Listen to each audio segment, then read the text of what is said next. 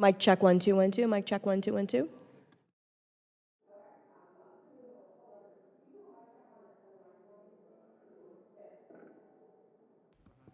Test, test.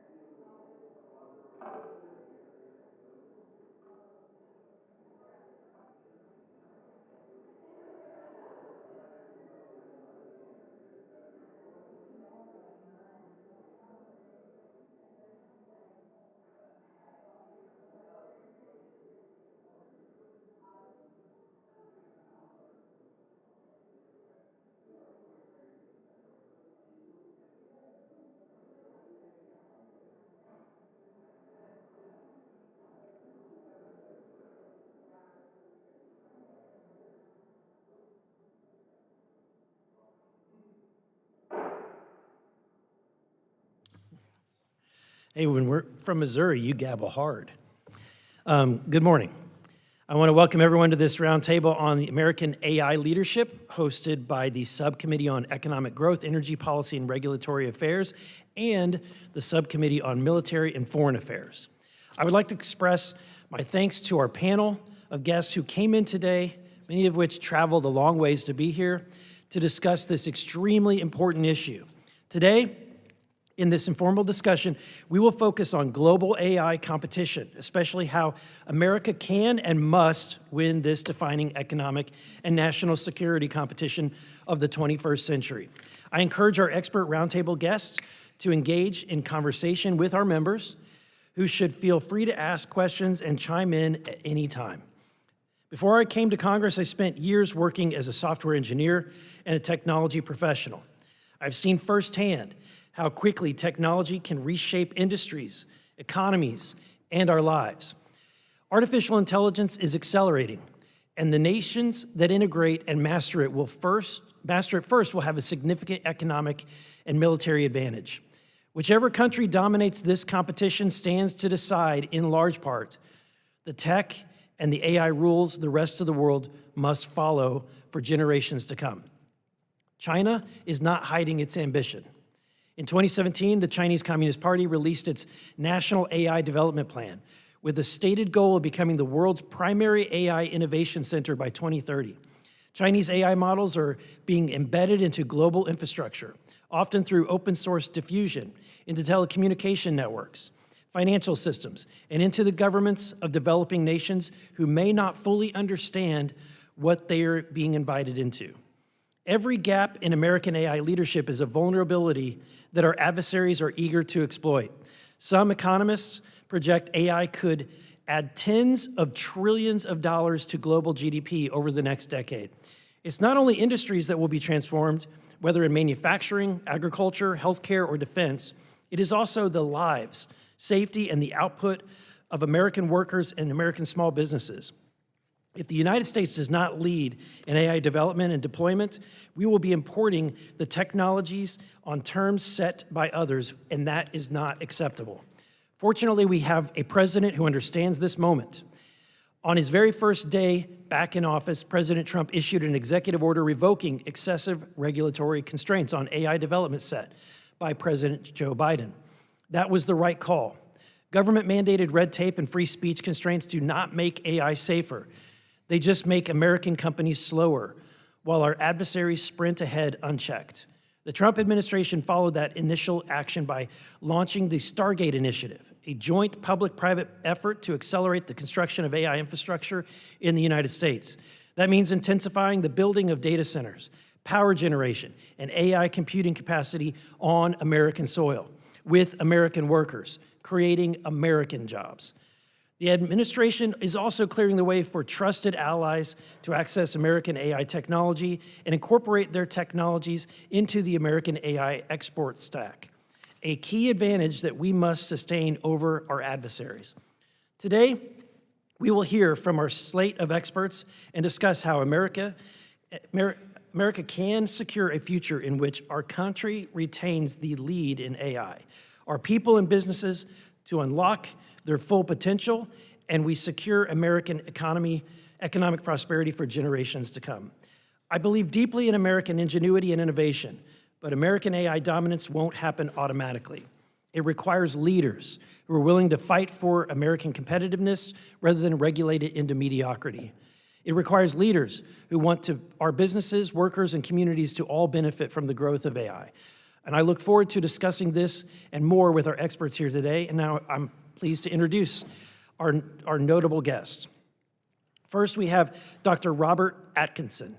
Dr. Atkinson is the president of the Information Technology and Innovation Foundation and has been described as one of the three most important thinkers about innovation, a tech titan and one of the top 25 doers, dreamers, and drivers of information technology. Next, we have Mr. Beiel, the president of government affairs at the AI Policy Framework.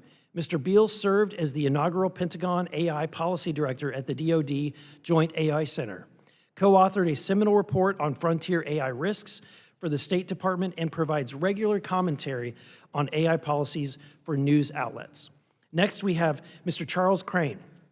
Mr. Crane serves as a Managing Vice President of Policy for the National Association of Manufacturers. Mr. Crane previously worked for the Biotechnology Innovation Organization on financial services, tax, and healthcare issues. He began his career on Capitol Hill working for members of the House Financial Services and the Senate Finance Committee. Next, we have Mr. Kevin Zinger. Mr. Zinger is the founder and executive chairman of Divergent Technologies, an advanced manufacturing startup that created the world's first end-to-end digital manufacturing platform, enabling rapid design, additive manufacturing, and automated assembly. Headquartered in Torrance, California, Divergent is reshaping the future of defense, aerospace, and automotive production. And next we have Mr. Jamie Heindman.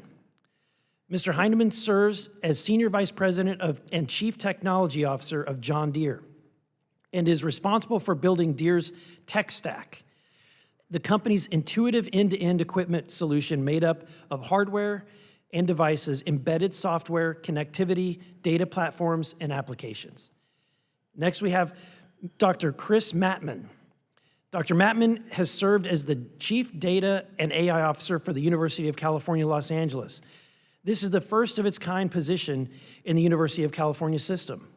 Dr. Mattman was previously the Division Manager of the Artificial Intelligence, Analytics, and Innovative Development Organization at NASA's Jet Propulsion Laboratory, where he worked for 24 years.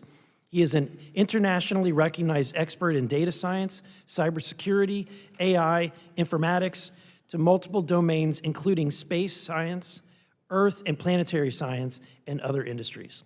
Finally, we have Professor Spencer Overton.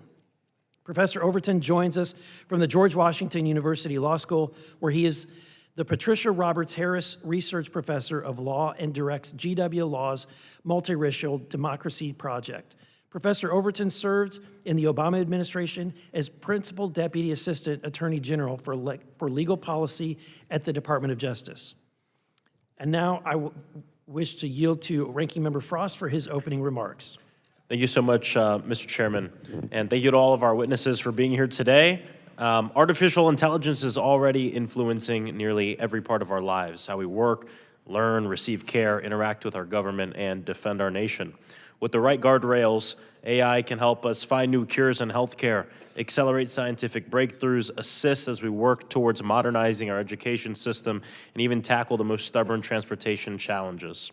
At the University of Central Florida, go Knights, we have one of the country's major hubs for modeling, simulation, and training, and we talked often about the opportunities AI might create.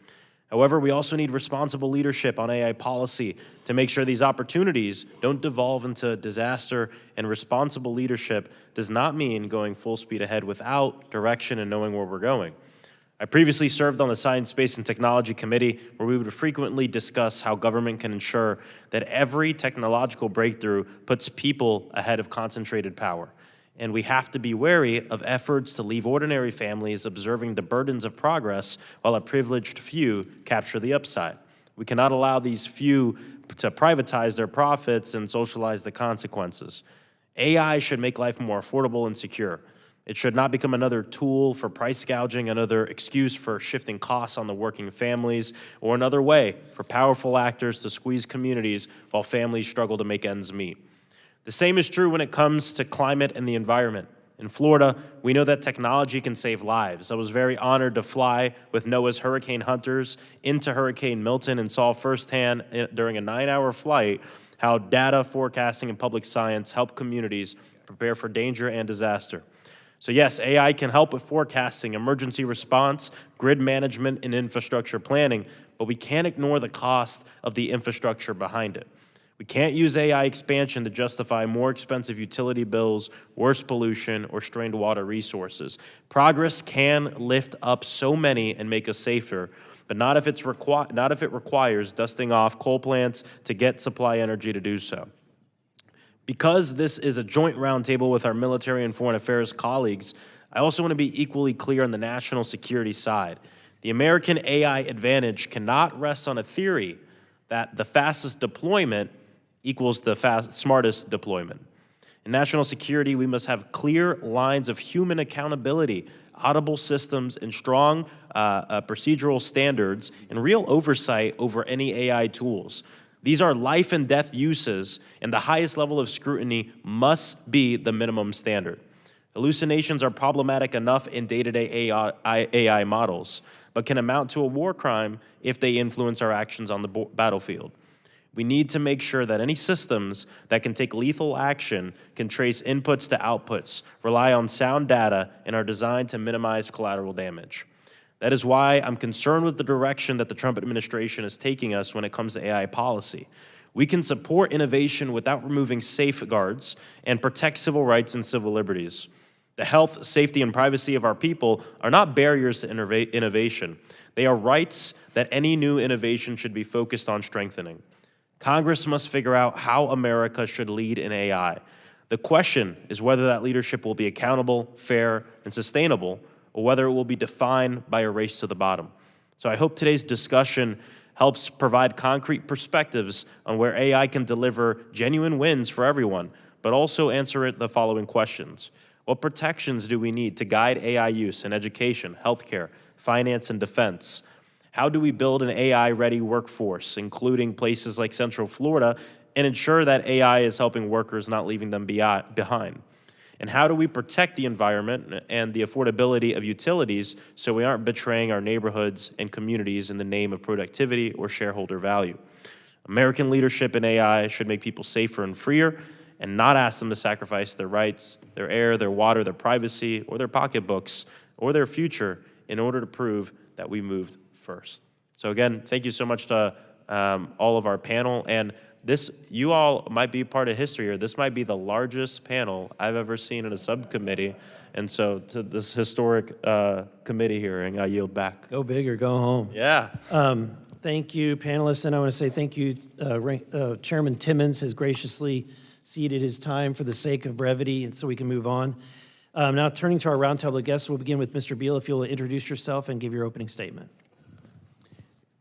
Chairman Burleson and Timmons, Ranking Member Frost, and distinguished members of the committee, thank you so much for allowing me to be here today. My name is Mark Beiel. I'm with the Artificial Intelligence Policy Network. We promote policies that advocate for innovation, national security, and preparedness for superintelligent AI systems. Before that, I served as the inaugural Director of Strategy and Policy at the Pentagon, where we work to accelerate the military's adoption of artificial intelligence. Today, the United States has a capability advantage in artificial intelligence, but we must not rest on our laurels. The choices Congress makes today will determine whether or not our advantage leads to American flourishing or becomes a threat to our liberty and security. AI is already decisive. In the opening days of Operation Epic Fury, U.S. Central Command struck thousands of targets in Iran using AI-enabled targeting infrastructure. CENTCOM Commander Admiral Cooper said publicly that AI is compressing processes that once took days into mere minutes. AI progress is also accelerating rapidly. Anthropic recently revealed its most capable model can autonomously find hidden security flaws in every major operating system and web browser, and then figure out how to use those flaws to break in. Just 2 months ago, the best model managed to do this only twice. This one succeeded 181 times. And these capabilities were not explicitly trained, they emerged on their own. This trajectory leads us somewhere unprecedented. Every frontier AI company is explicitly building artificial superintelligence. Superintelligent AI systems will greatly exceed human capability across a variety of domains, including in hacking, weapons design, and even science itself. So today, America's AI advantage is real, but it's fragile. 3 threats can break it. First is bureaucratic paralysis. If the Department of Defense and the intelligence community cannot field AI at the speed of relevance, we will lose. This committee should ensure that acquisition and IT red tape are not strangling deployment. Second, unreliable technology. Today's AI is built for commercial use, not yet for safety-critical national security missions. Deploying unhardened systems invites adversarial sabotage. That is why I recently led a letter with senior military and AI leaders urging Congress to fund a national AI reliability and control initiative. Third, strategic surprise. If superintelligence arrives and we have no threat modeling, no contingency plans, and no testing and evaluation infrastructure, we will be caught flat-footed. Congress should direct the national security enterprise to start preparing now. We need this insurance policy as we accelerate innovation. In conclusion, the nation will prevail when we reject the false choice between innovation and safety, and we move urgently to accelerate both. Thank you, and I look forward to the discussion. Thank you, Dr. Atkinson. You may begin. Thank you, Mr. Chairman and members. Rob Atkinson, Information Technology Innovation Foundation. A couple of things. I think it's important to understand AI is what economists call a general purpose technology. And that means it's a powerful technology that's going to transform not just the computer or information sector, but pretty much all sectors. And why I think AI is so important is the U.S. is in a productivity crisis. We have had the lowest productivity in the last 14 years than we've probably had since 1789 if we were measuring it. And that means lower wage growth. It means lower federal revenue growth. If we could boost productivity 1 percentage point faster a year through AI, which I think is more than reasonable, we will see a 22% larger GDP by 2045 and an annual reduction in the budget deficit by $640 billion. That would be a nice thing for all members on the Ways and Means, on the Budget Committee when they have $640 billion more to play with.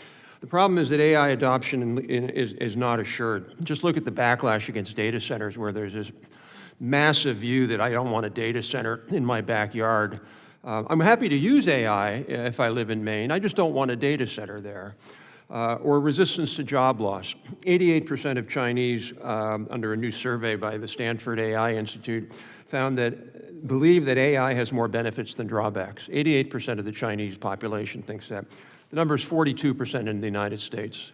And why is that? Because they're constantly being told that AI is going to not only eliminate all their jobs, but if you believe Elon Musk, it'll eliminate all our lives. So the narrative in the U.S., including from AI leaders, is that we're going to have artificial superintelligence anytime soon, and it's going to completely destroy us, or it'll destroy all our jobs. We've written extensively on why that simply is not going to be the case, but the point is, if we don't have an optimistic view on this, we're going to fall behind. And what really distinguished the U.S. in our leadership over the last 100 years is we had the most optimistic view of technology than any country in the world. The Europeans were always hand-wringing and second-guessing and glasses half empty. We were the ones that always said, we want more of this. So I think that's critical. The other component besides AI adoption is AI development. And right now we lead in the world in AI development. And Mr. Chairman, you're right. If we could lead in adoption, but if we're adopting Chinese technology, that puts us over the barrel. They have complete authority over what we want to do and leverage. So we have to win that battle. And it's not assured we'll win it. We have better large language models. We have more money going into that. But again, a new study just showed that China's share of the top most cited AI scholarly papers has gone from 33% 3 years ago to 41% today, or in 2024. They're a leader in publication volume, citations, and patents. So they're not an also-ran. They're a tough competitor. Europe's not a competitor. China's a tough competitor. So we have to win that battle. And I think if we don't win that battle, there's an allusion to we might lose our liberty. I'm not worried about losing my liberty to AI. I'm worried about losing my liberty to a Marxist-Leninist regime that wants to be the global hegemon. I don't want to live in that world. I don't want my kids to live in that world. And unless we lead in advanced technologies, including AI, we're going to see our national power quite diminish. So thank you. Mr. Crane. Thank you, Mr. Chairman, and good afternoon. My name is Charles Crane, and I'm the Managing Vice President of Policy at the National Association of Manufacturers. AI is increasingly integral to manufacturing operations in the modern era. It makes our workers safer, it makes our products more sophisticated, and it makes our shop floors more efficient. So first, with respect to safety, a critically important topic. AI can monitor the shop floor and alert workers to safety hazards. It can watch out for defective machinery and enable predictive maintenance on the shop floor. It can even go so far as to help workers understand how a certain repetitive motion might lead to back pain over time and then to avoid or change that motion. As for efficiency, AI can optimize equipment maintenance, identifying problems before they manifest and avoiding downtime on the shop floor. It powers supply chain resiliency across the industry. It helps design efficient production processes. It improves quality control. This ever-expanding range of AI use cases across manufacturing is why 80% of manufacturers, 80%, say that AI will be essential to their business by 2030. Key to this advancement by 2030, this innovation across the sector, is the modern manufacturing workforce. As I've already said, AI is making workers safer, but it's also augmenting workers' capabilities. It's maximizing their talents. It's relieving them of mundane tasks and getting them better data so they can exercise human judgment to make more informed decisions. But to maximize these gains, our workers need to understand fulsomely how to use AI, how to contextualize its inputs and outputs, and that requires training. That's why the manufacturing industry is investing $32 billion every single year in workforce development, an increasing share of which is focused, of course, on AI. In fact, at the NAM, our education and workforce affiliate, the Manufacturing Institute, just announced a $10 million investment in new AI training programs. Now, despite these investments, despite this ironclad commitment to innovation and to developing the manufacturing workforce of the future, we can't do it all on our own as an industry. We need federal workforce programs that are flexible and forward-leaning. We need permitting reform. We need energy abundance. We need tax policy like H.R. 1 that drives growth and investment in our industry. And we need AI policies that recognize the promise of this transformative technology. That means reviewing the rules that are already on the books before adopting any new ones. It means that if there are new policies that are needed, they should be risk-based and context-specific. It means that compliance costs shouldn't lock small manufacturers out of the promise of this technology. And it means that we need workable national standards rather than a 50-state patchwork. With these policy tools in place, our industry and our workforce, the manufacturing workforce of tomorrow, are ready to drive even more AI innovation and to leverage that AI to power a new era of manufacturing in the United States. Thank you.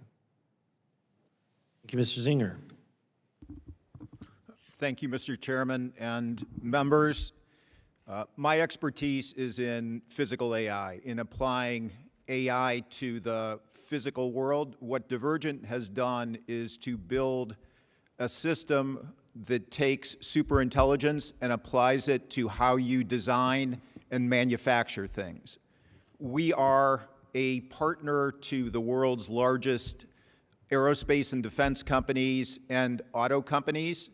What that concretely means is they will come to us and say, for example, with a missile system, which was recently publicized, we take the requirements, we put it into an AI front end, it creates the most efficient possible structure. That structure has its manufacturing and assembly instructions. Then on a machine, whatever gets generated can be immediately printed and assembled. What that means on the defense side is you're taking years of engineering and reducing it literally to weeks. You're taking the requirements to build specific tooling for a specific product and doing completely away with that. You're taking away the fixturing of a specific factory for one product and taking that away. What that means is, in the future, almost anyone can take these tools, generate a structure which is perfectly optimized, and on any machine, anywhere, print it and then assemble it. Out of our current factory, we have over 500 products. All of those were AI generated. Any machine we have located anywhere can print that structure and assemble that structure. I think in the Wall Street Journal, there was recent coverage. It was called the first Pentagon miracle. In weeks, we generated the design for an affordable cruise missile system that now will be produced this year in volume of thousands. What I would say to this committee is That's been the Missouri Show It To Me moment. This is a technology that is ready to scale. We can, with this technology, which was developed in the United States, leapfrog China and build a very different industrial base. We do have the opportunity to reindustrialize, but we have to do it before China catches on. And there's the frequent statement that China innovates and we wait. We can't wait, because if we do wait, that will be a checkmate. If we don't wait, we can reindustrialize. And this technology, which will first be scaled in defense and aerospace, can be used across the different commercial sectors. Mr. Heindman. Thank you, Mr. Chairman, and good afternoon. My name is Jamie Heindman, Senior Vice President and Chief Technology Officer for John Deere. And on behalf of Deere's 80,000 employees worldwide, I want to thank the committee for the opportunity to address you all here today. John Deere is dedicated to assisting customers in meeting the increasing global demand for food, fuel, shelter, and clothing. We tackle challenges like limited land, water, and rural labor availability by leveraging technology, including artificial intelligence, to empower growers to achieve higher productivity with fewer resources. This approach allows farmers to accomplish more with less while improving their economic and environmental sustainability. Deere currently connects over 1.1 million machines around the world using terrestrial, cellular, and low Earth orbit satellite networks. This allows data generated during farming tasks like planting and harvesting to be sent to the cloud for analysis. The insights gained from that analysis help optimize a farmer's current tasks, such as improving logistics, and contribute to enhancing future farming seasons. A common concern regarding farmers' data is ownership, and we're unequivocal on this matter. John Deere customers retain control over their data, including how it is collected, stored, processed, and shared. That said, we also believe that the valuable insights that can be derived from this information will play a crucial role in meeting our industry's collective objective of sustaining a growing global population. Farmers use these same connections to deliver data-driven instructions back to their machines, such as prescriptions for applying different rates of fertilizer to different parts of a field, navigation information used to auto-steer machines, and input specifications like seed and fertilizer. These network services are offered to farmers through partnerships with third-party companies, allowing farmers to have greater flexibility in choosing the services based on their own preferences and needs.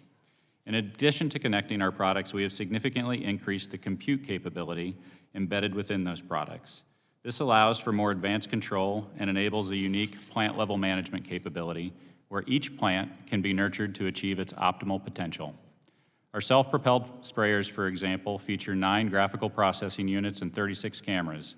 These cameras can scan a distance of 120 feet at a speed of 15 miles per hour, and through artificial intelligence, they analyze images to identify weed pixels, allowing precise herbicide application only where it's necessary. This See and Spray technology is not some futuristic vision. It's already in the field. In 2025, U.S. farmers achieved an impressive 48% reduction in contact herbicide usage across 4 million acres of corn, soy, and cotton, saving approximately 26 million gallons of herbicide. But reducing herbicide use is just the start of AI's potential in agriculture. For instance, we have integrated the same graphical processing units with stereo cameras in our autonomous tillage solution. This application of artificial intelligence allows us to identify obstacles in fields, prompting the fully autonomous tractor and tillage tool to pause and await further instructions from the farmer who may be engaged in other higher value tasks. This solution directly addresses labor scarcity, especially during critical agricultural periods such as harvest and planting. In the past 4 growing seasons, this AI technology facilitated autonomous operations on over 200,000 acres of corn and soy in North America. As rural to urban migration continues, AI-powered solutions like this one become even more essential to U.S. farm productivity. Additionally, we leverage the power of AI to train models used for our technical assistance. This enables us to promptly address customer or dealer machine issues, ensuring swift problem resolution. AI allows us to efficiently identify similar issues across the machine population and expedite solutions to the affected customers. As a result, the impact duration during crucial agronomic timing windows is significantly reduced. The future of U.S. agriculture is being built today with tools that enable data-driven decision-making by farmers.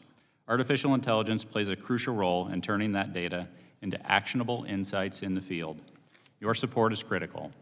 As Congress continues to deliberate on the Farm Bill, I urge you to consider proposals like the Precise Act and the Precision Ag Loan Act that would expand eligibility for USDA conservation loan programs to include the adoption of precision technologies. Further bills like the Last Acre Act are essential for farmers to fully leverage the benefits of AI and precision technologies. I also encourage you to support U.S. farmers by supporting the demand for renewable energy that they provide in the form of ethanol, like E15, and other bio-based fuels.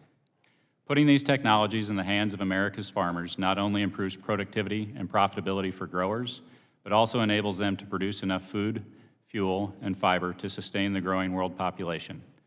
And that benefits us all. Thank you.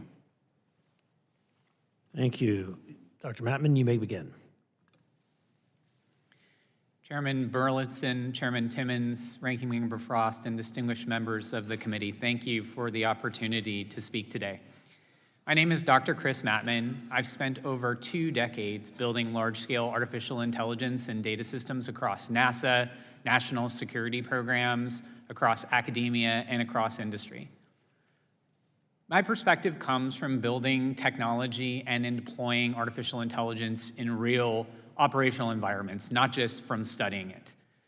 I'd like to focus on a central issue that I believe will define whether or not AI strengthens or weakens American prosperity, which is the subject of this hearing.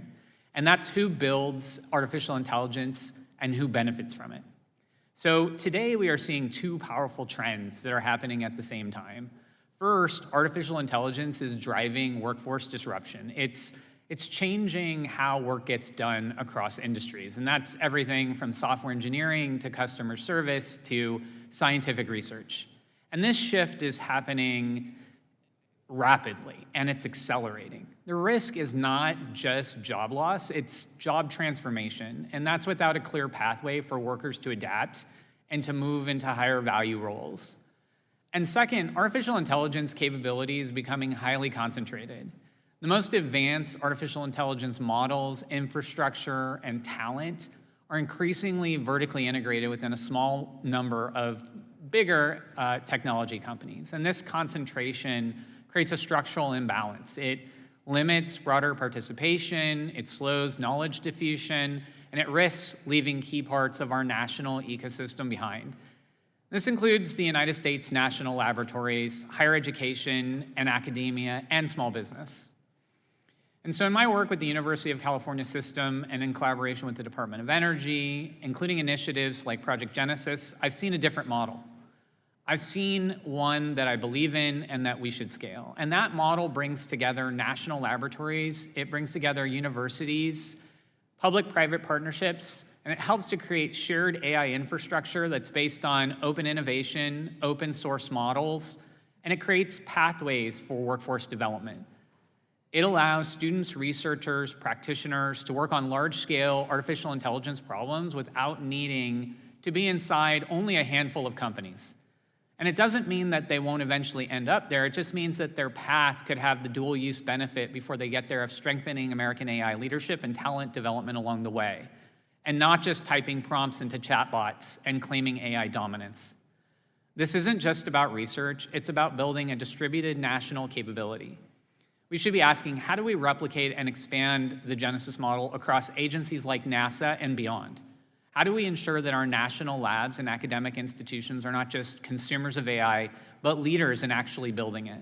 And if we do this well, we can turn workforce disruption into workforce opportunity.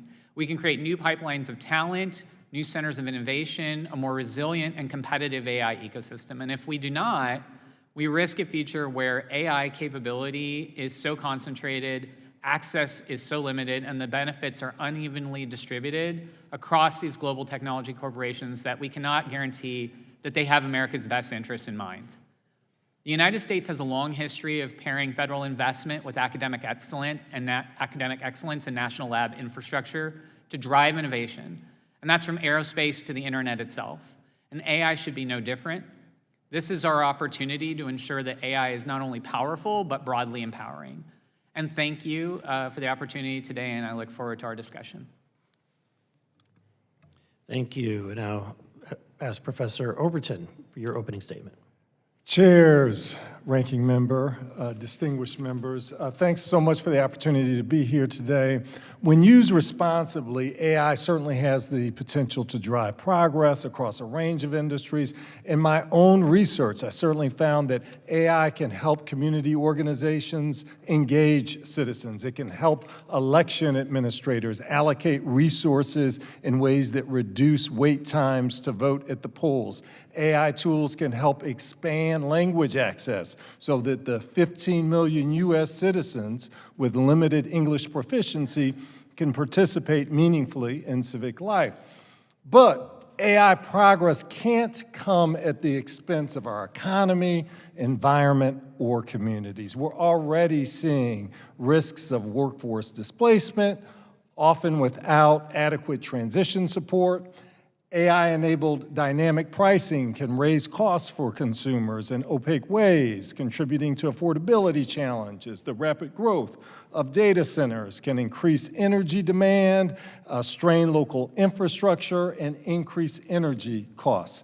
AI systems can replicate bias and marginalize communities. They can enable or they can collect data and enable manipulation that's highly targeted. Now, my scholarship focuses on democracy, but the broader literature also documents potential harms to mental health, economic fairness, and the environment. Without intervention, AI risks concentrating benefits in the hands of the few.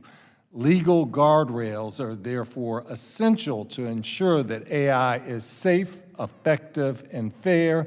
The trajectory of AI will not be determined by markets or technologists alone, but human choice here by developers, by deployers, and yes, by policymakers. Congress has a central role to play. Self-regulation has proven inadequate, particularly in a market characterized by concentrated power. Just 4 companies control 84% of the market share of generative AI models and platforms, and just 3 companies control 2/3 of the global cloud computing infrastructure. Well-designed legal guardrails can enhance, not hinder, U.S. competitiveness by building trust, reducing risk, and fostering broad-based innovation. Legal guardrails should ensure transparency, should prevent bias, should protect privacy, and should prevent manipulation. We should also invest in workforce transitions as well as closing the digital divide and assistive technologies like language and disability access tools. So thank you, and I look forward to your discussion and questions. Thank you. I'll now begin my line of questions. I'll first start with Mr. Zinger. Thank you once again for inviting me or opening up your doors to let us come in and see your amazing manufacturing facility. It is truly like the closest thing to Star Trek I've ever seen. Can you elaborate or explain how using AI, particularly in manufacturing, you're able to come up with concepts and ideas or designs that in many ways were never conceived? Well, I think the compute power that we now have allows us to use, say, a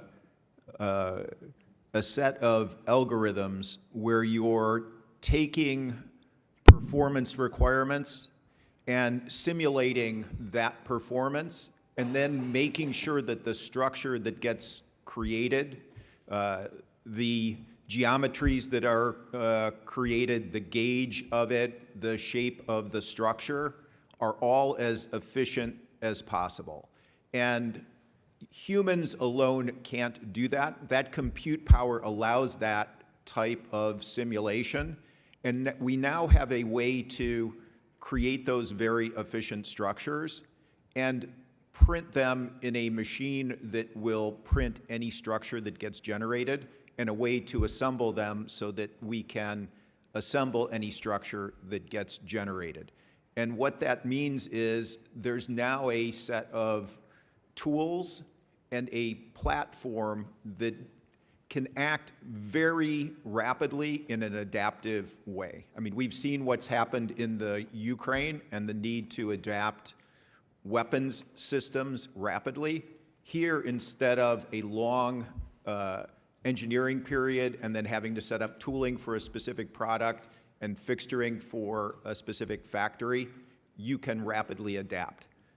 That, on the commercial side over time, could look like having factories distributed across the United States and the access to those tools distributed very broadly in a democratic way, and have a real broad reindustrialization of the United States.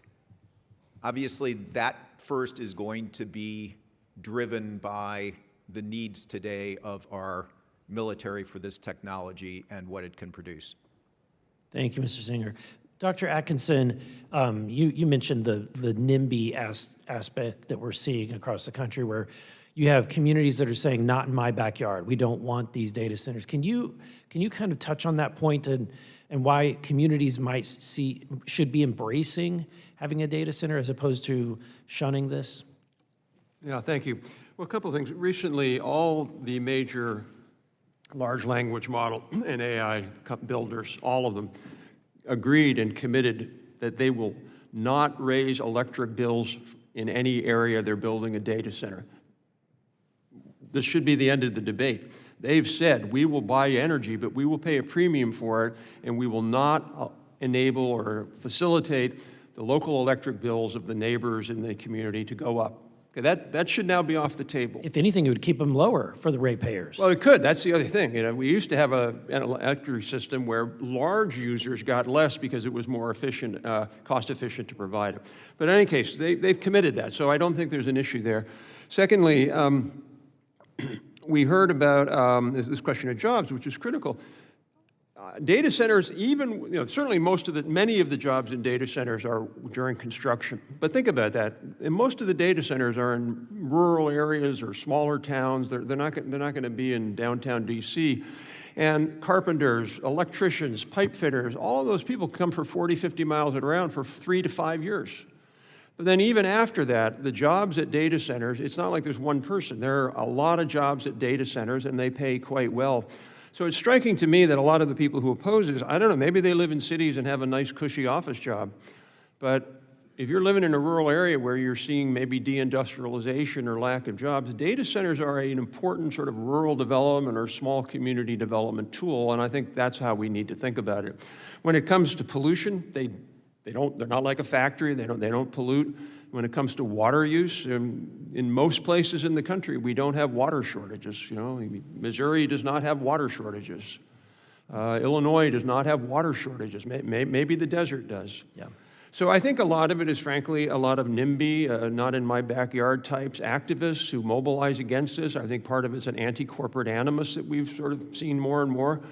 But the real problem is if we don't build data centers, our models are not going to get better at the same rate that the Chinese are. The Chinese have no problem putting up a coal-fired power plant, building a data center, and getting it done 3 times faster than we can do it in the US, and they're going to do that. So it's sad that we've gotten to a point where NIMBYism trumps the national interest, but that's where we are, and that's why I think Congress can take some important steps in that direction.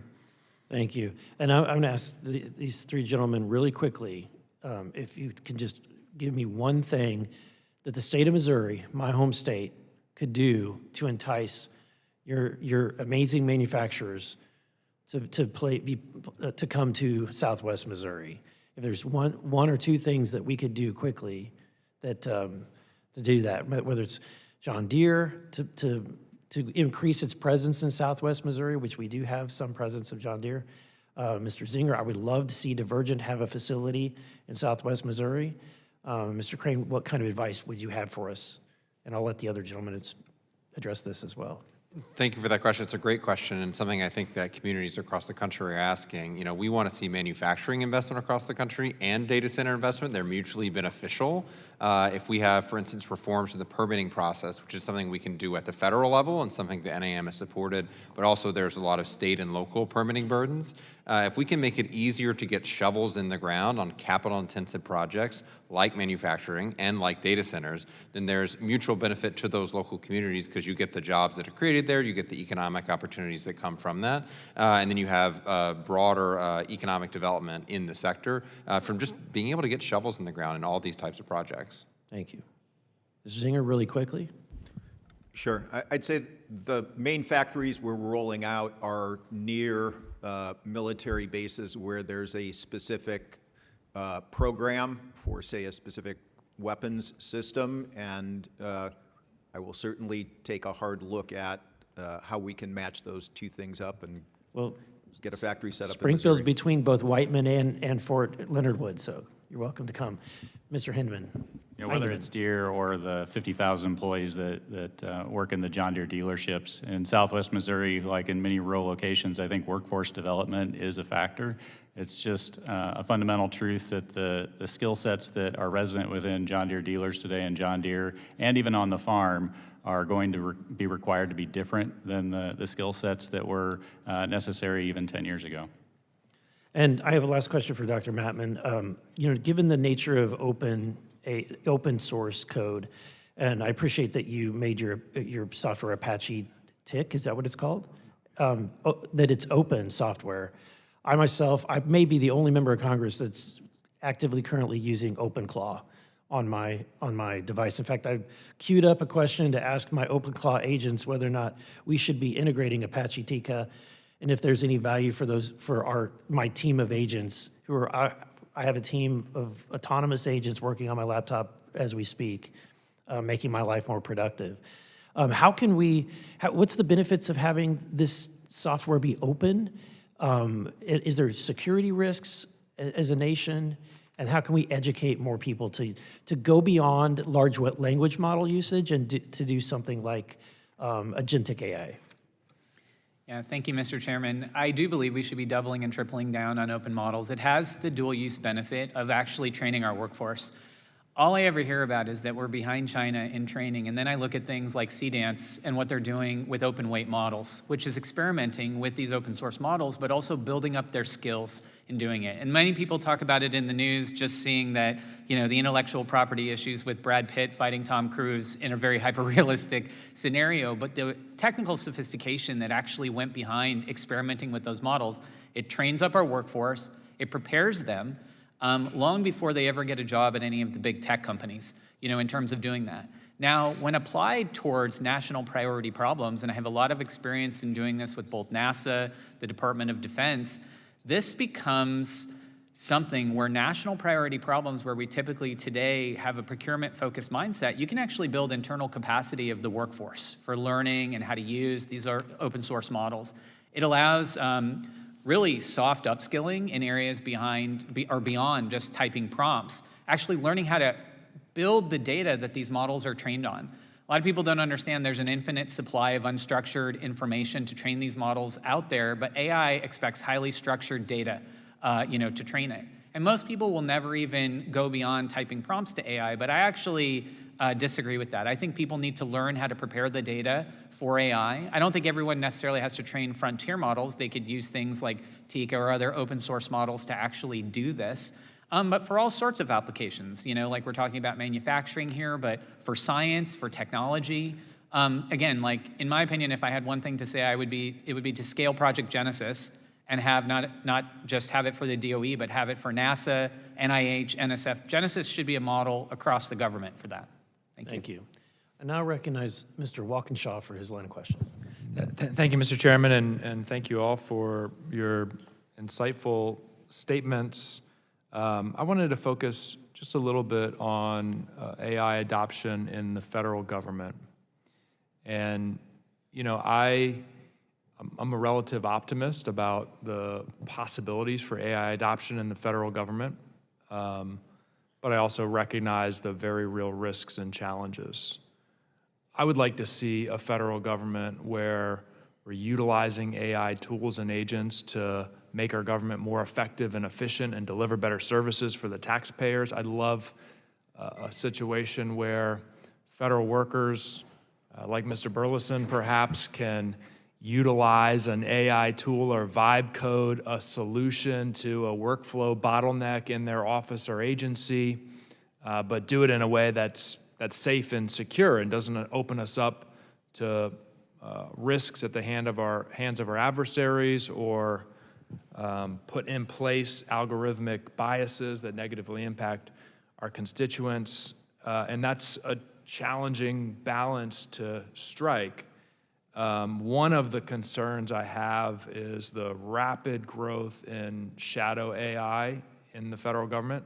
So federal agencies and employees utilizing AI tools as we speak that might not be authorized, and their agency might not have visibility into the use of those tools. They don't have visibility, meaning they can't secure it. And that, I think there's a lot of indications that's growing, perhaps exponentially as we sit here. And I'm interested, and maybe I'll start with Mr. Beiel. Based on your experience, do you share that concern? What can we do to get our arms around it, prevent it from getting out of control? Thank you, Congressman. In my experience at DoD and driving innovation there, we encountered three fundamental challenges: data, talent, and culture. On the data issue, the department, you can think of it as like a set of competing organizations all under one umbrella, but there was never a central data repository. And now, over the last 10 years, we've been moving really hard to correct that. But normally very effective organizations, when they think about their data, they think about the data as an enterprise asset, not as an asset of various business units. And breaking down those barriers to integrating this data is like sort of foundational. That has to happen. It's not the sexiest work, but it's so important. On the talent side, we always need better folks in the door, working side by side with our military officers and with our civilians. And it's really the marriage of those two groups of people, the people that know the bureaucracy, that know how to hack it, and the people that have the talent and the technology understanding. And putting those two people together can really accelerate progress. And then on the culture side, especially in cybersecurity, the department has adopted this mindset that security equals compliance. And that's simply not the case. Security can actually allow you to move faster. And I'm thinking about the various risk management framework and the way that the software gets deployed, because what we're gonna lose is, like, with these tools, these we can have decentralized innovation at scale, but the fact that the software is not allowed for deployment right now is something that's gonna be increasingly problematic over time. Thank you. Thank you. Let me interrupt. We understand Mr. Zinger has to catch a flight, and you can leave whenever you wish, but we appreciate your presence here today. Thank you so much for inviting me, and I think what the work you're doing is critically important, and thank you for calling this hearing. Thank you. Dr. Atkinson, yep. Yeah, thank you, Congressman. I've been involved in e-government for probably 30 years, was involved in helping Senator Lieberman pass the eGov Act of 2002.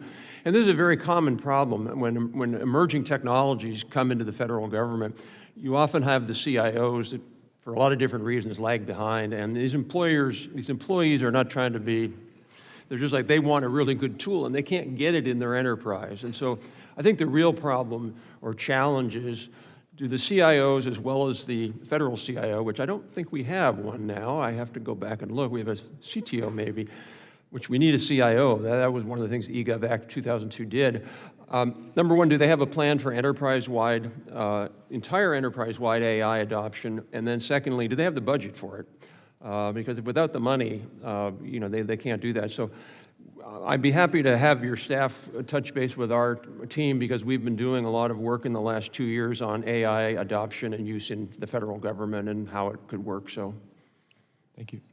Dr. Mattman, anything you wanted to add on that AI adoption in the federal government and maybe the shadow AI challenge? Thank you. So in executing kind of like the chief AI officer playbook over the past couple years as one of the sort of, less than 50 chief AI officers in the nation, there were sort of three pillars of it. And one of them was related to shadow AI, but it was basically, hey, we need to do an AI inventory at every organization and understand, given the fact that most AI software today is procured and not necessarily created, inside of the agency, a lot of people think about it just from a perspective of like surface area and risk.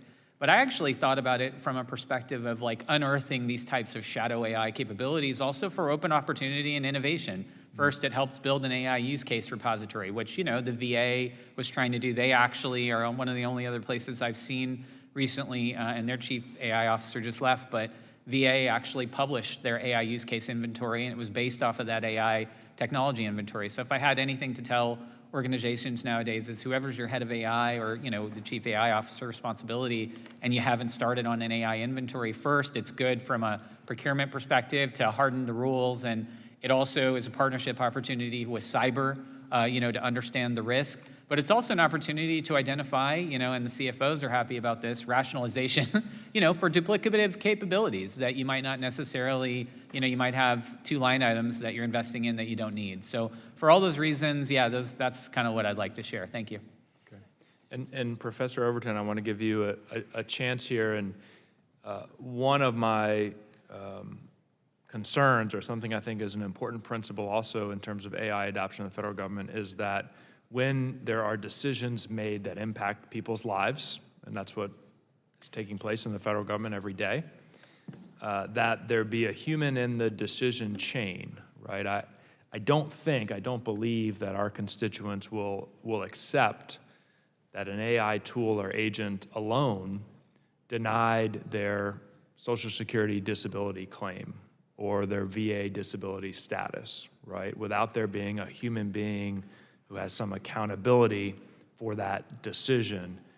I guess, A, would you agree with that? How do we operationalize that and prevent, when we put humans in the chain, they can bring their own biases as well, in addition to the potential for algorithmic bias. So how do we navigate that challenge to get the benefits without the potential downsides? Yeah, so certainly for high-risk uses, human in review, human review is important. I want to go back, though, because you suggested that employees were using maybe unauthorized tools that could be unsafe, right? And I guess my concern is that the federal government products and uses of AI may be safe, that certain EOs and OMB memos removed protections for audits, for disclosure, for risk management. There was an EO and an OMB memo that basically said the federal government will no longer procure or use AI that's been fine-tuned to reduce bias here, right? This is the so-called anti-woke AO here, right? And so, and at the same time, the federal government, is using Grok, which is basically an AI that's referred to itself as a mechanized Hitler, right? So the notion that, I think it's very possible that a rogue federal employee could be using a tool that is safer than what the federal government is using. I think that's very possible. So I think this concept of automation is incredibly important. Having real processes where humans, particularly with high-risk decisions, are in play is incredibly important. There were some protections in place before. I think they could have been a little bit stronger, and I think that that's certainly something that's important moving forward. Okay. Thank you. I yield back, Mr. Chairman. Thank you. I now recognize Chairman Timmons for his line of questions. Thank you, Mr. Chairman. Emerging technology is changing our lives mostly for the better, and Congress has an obligation to regulate emerging technology, and we have failed to act in a number of areas. Number one, I would say, is cybersecurity and privacy, data privacy. We have ceded a lot of our regulatory authority overseas and to states, and it's not gone very well, and it's long overdue. Digital assets we're working on, blockchain technology we're working on, and we have made progress there. It's been very slow, and it's been very difficult, but I think we're going to finish it, get it across the finish line. I mean, AI, I think, is the area that has the most cause for concern, yet we have the least capacity to actually legislate any kind of framework. And I guess the first question I'm going to have is for Mr. Beiel. Federal preemption is a major issue, and we've seen what happens with cybersecurity and data privacy as it relates to a patchwork framework of states and the adverse impacts that's had. Would you agree that state-by-state regulation for AI would be bad? Thank you, Mr. Timmons. I think a state patchwork of 50 different regulations would be incredibly tough for the industry to navigate over time. I think, however, when you preempt the states, you need to preempt them with something. And I think it goes to the core issue of trust in the American public's declining views toward AI, and they simply don't trust many of the folks in the industry that are building this. In the last political battles over the last year or so, where folks have been trying to push state preemption without any accompanying federal policy, I think have weakened that trust. So I think in an ideal scenario, we have a strong federal standard, we work that out, and then we can talk about preemption. I think because that's ultimately what's going to be best for American innovation. Are you aware of a legislative proposal that would achieve that objective federally? Yes, sir. There's a couple of proposals out there right now.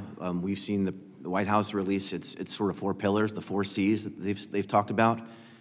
Senator Blackburn has put out the Trump AI America Act as kind of a counter proposal. And so those are 2 kind of robust sets of ideas that I think somewhere in the middle of that might start to get to a right answer. Have states passed any laws that are going to make it harder to preempt, or is it still very nascent in that process?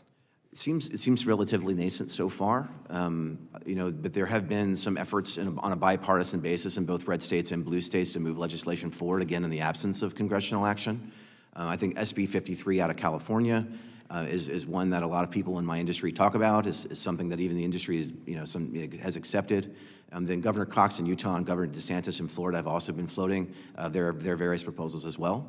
And recently in my home Commonwealth of Virginia, Governor Spanberger signed into law some legislation as well that looked pretty interesting from a technical perspective. What are your thoughts on the executive order? I mean, the President signed an executive order to try to address this when we were unable to include it in the NDAA. Do you think that has effect, or is it being treated as messaging?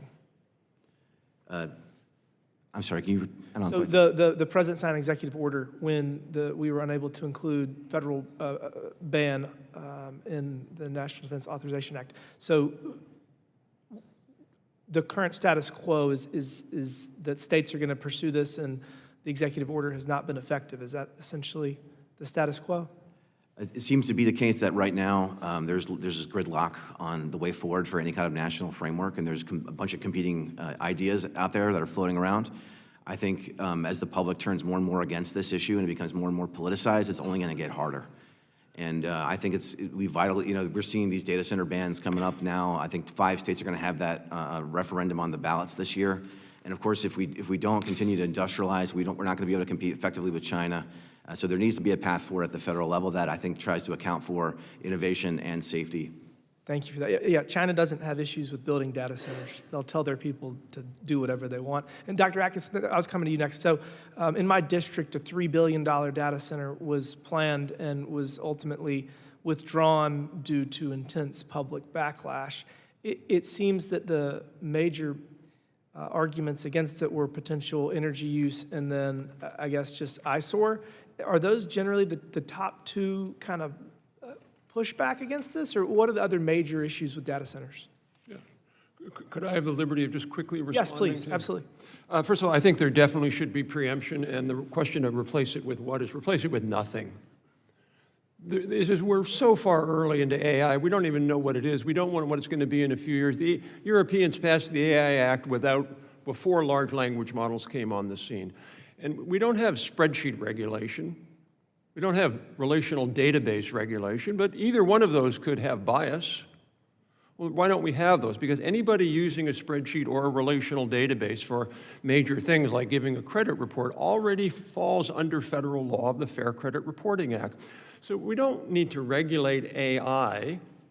What we need to regulate and make sure is regulated are the applications. So if you're using AI in a particular area, 99% of the time, that application will be regulated. You put AI in an autonomous vehicle, it's like, oh, we don't care.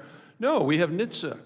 You can't put AI in an autonomous in a vehicle without the Department of Transportation overseeing it. Should it be illegal to take someone's likeness and create pornographic images? So we should have, and by the way, we have Look, argued. I'm with you. No, Actually, it's a the great worst thing question, we and can my do- answer is ITIF has been pushing for that for 10 years, literally for 10 years, asking Congress to pass a law. But I can do that without AI. I can do that with Adobe. Well, it's less believable, but But my point is, I don't think we should be regulating the tool by which you would do something so obscene and obnoxious. We should be regulating the action.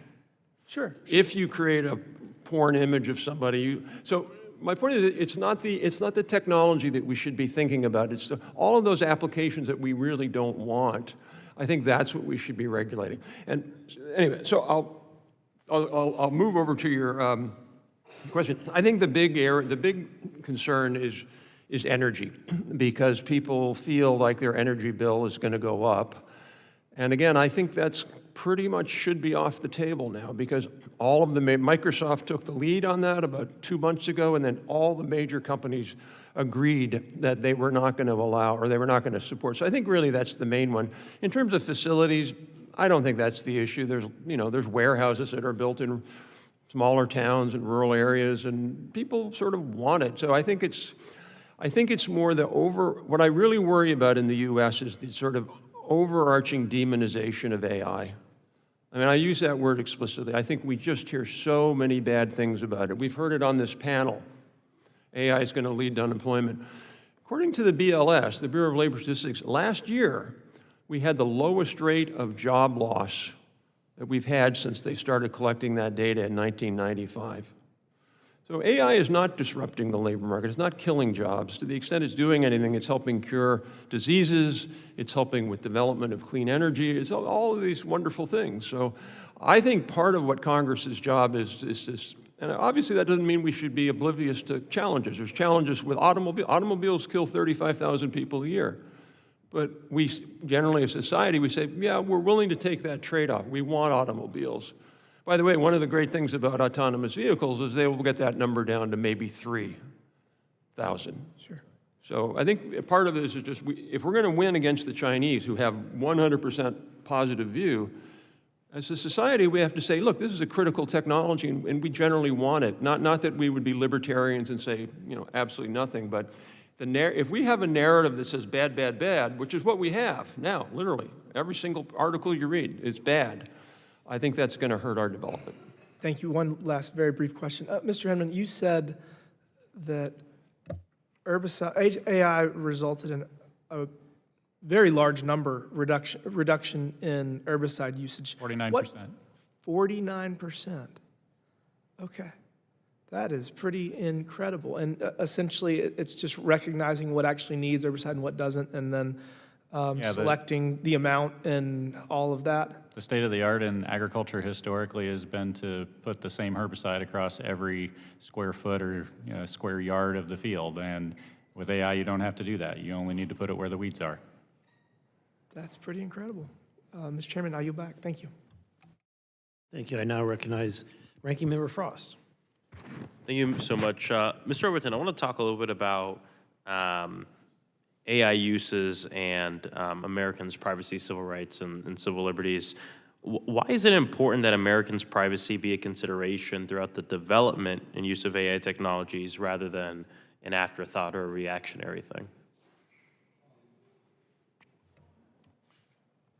Thank you. There are real harms that are happening now. This isn't just a messaging issue where your constituents feel like, hey, I'm concerned about this message. There are real concerns they have in terms of issues like bias, where black folks are disproportionately labeled as gorillas in terms of photo recognition programs, where we're talking about health algorithms that aren't working for certain populations, or hiring tools, or facial recognition systems. That these are real harms, and they're harms that are connected to the collection of data and the use of that data to deploy the goal of a particular company or interest. I am all for competition. I think is great in terms of the space race when we talk about the Russians, right? But when we talk about McCarthyism and the Red Scare and the lack of concern about civil liberties, that's a real cost in terms of people. When we talk about World War II and being concerned and saying, let's round up the Japanese Americans, folks, somebody has to control these folks because we have this larger goal. We recognize that that's a problem, and that's not a burden that should fall on that particular population now. We shouldn't just basically say somebody has to bear the cost. We should basically collectively absorb those costs as opposed to externalizing them on populations who are least prepared to bear them.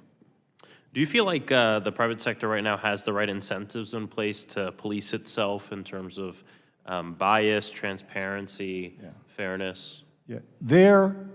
Their incentives are really what they should be in terms of market share, growing quickly, and market share in this growing field here.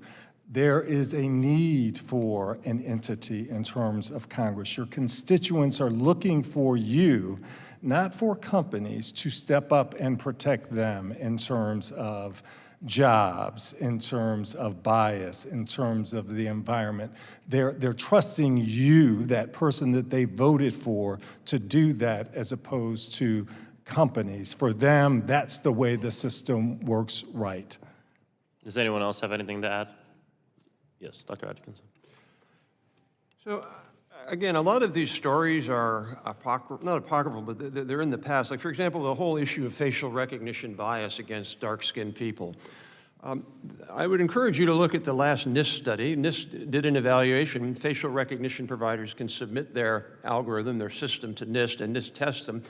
And I think 3 years ago when NIST did it, they found that the top 20% of the 100 or so applications had actually no bias. In fact, if anything, there was a slight bias against white people, but it was statistically insignificant. So in other words, no bias between dark-skinned people and light-skinned people, man or woman.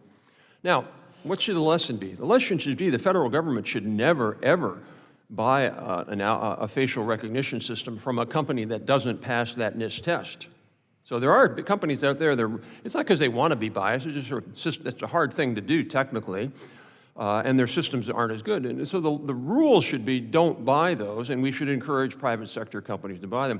But I think it is a mistake to say that these technologies inherently have these problems. There are good facial recognition systems with, again, according to NIST, no statistical bias.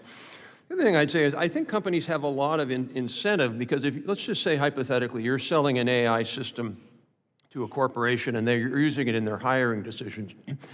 And they find out that the algorithm is biased against women for whatever reason it might be, the data input or whatever. There's going to be two big problems there if that's uncovered. One, they will get an EEOC suit against them. They will lose their reputation. And the company that sold it to them will also be in trouble. So, Congressman, I 100% agree that we need to have very robust protections, particularly for people with less opportunity and perhaps a history of discrimination. But I don't think it comes down to sort of regulating the AI. Again, we've long argued Congress needs to pass a national privacy bill. But I don't want that bill to apply only to AI companies. I want it to apply to everybody. And so I think, again, when we're thinking about that, yes, AI companies should obey privacy laws, but so should my hotel that I stay at, or my car company with my loan, or whatever that might be. But, part of my concern with this, this analysis of kind of the incentive structure that exists is that it is based on reacting to harms that have already been done, right? Companies that have noticed patterns and maybe their model that it's been, to the example you brought up, maybe discriminating against women.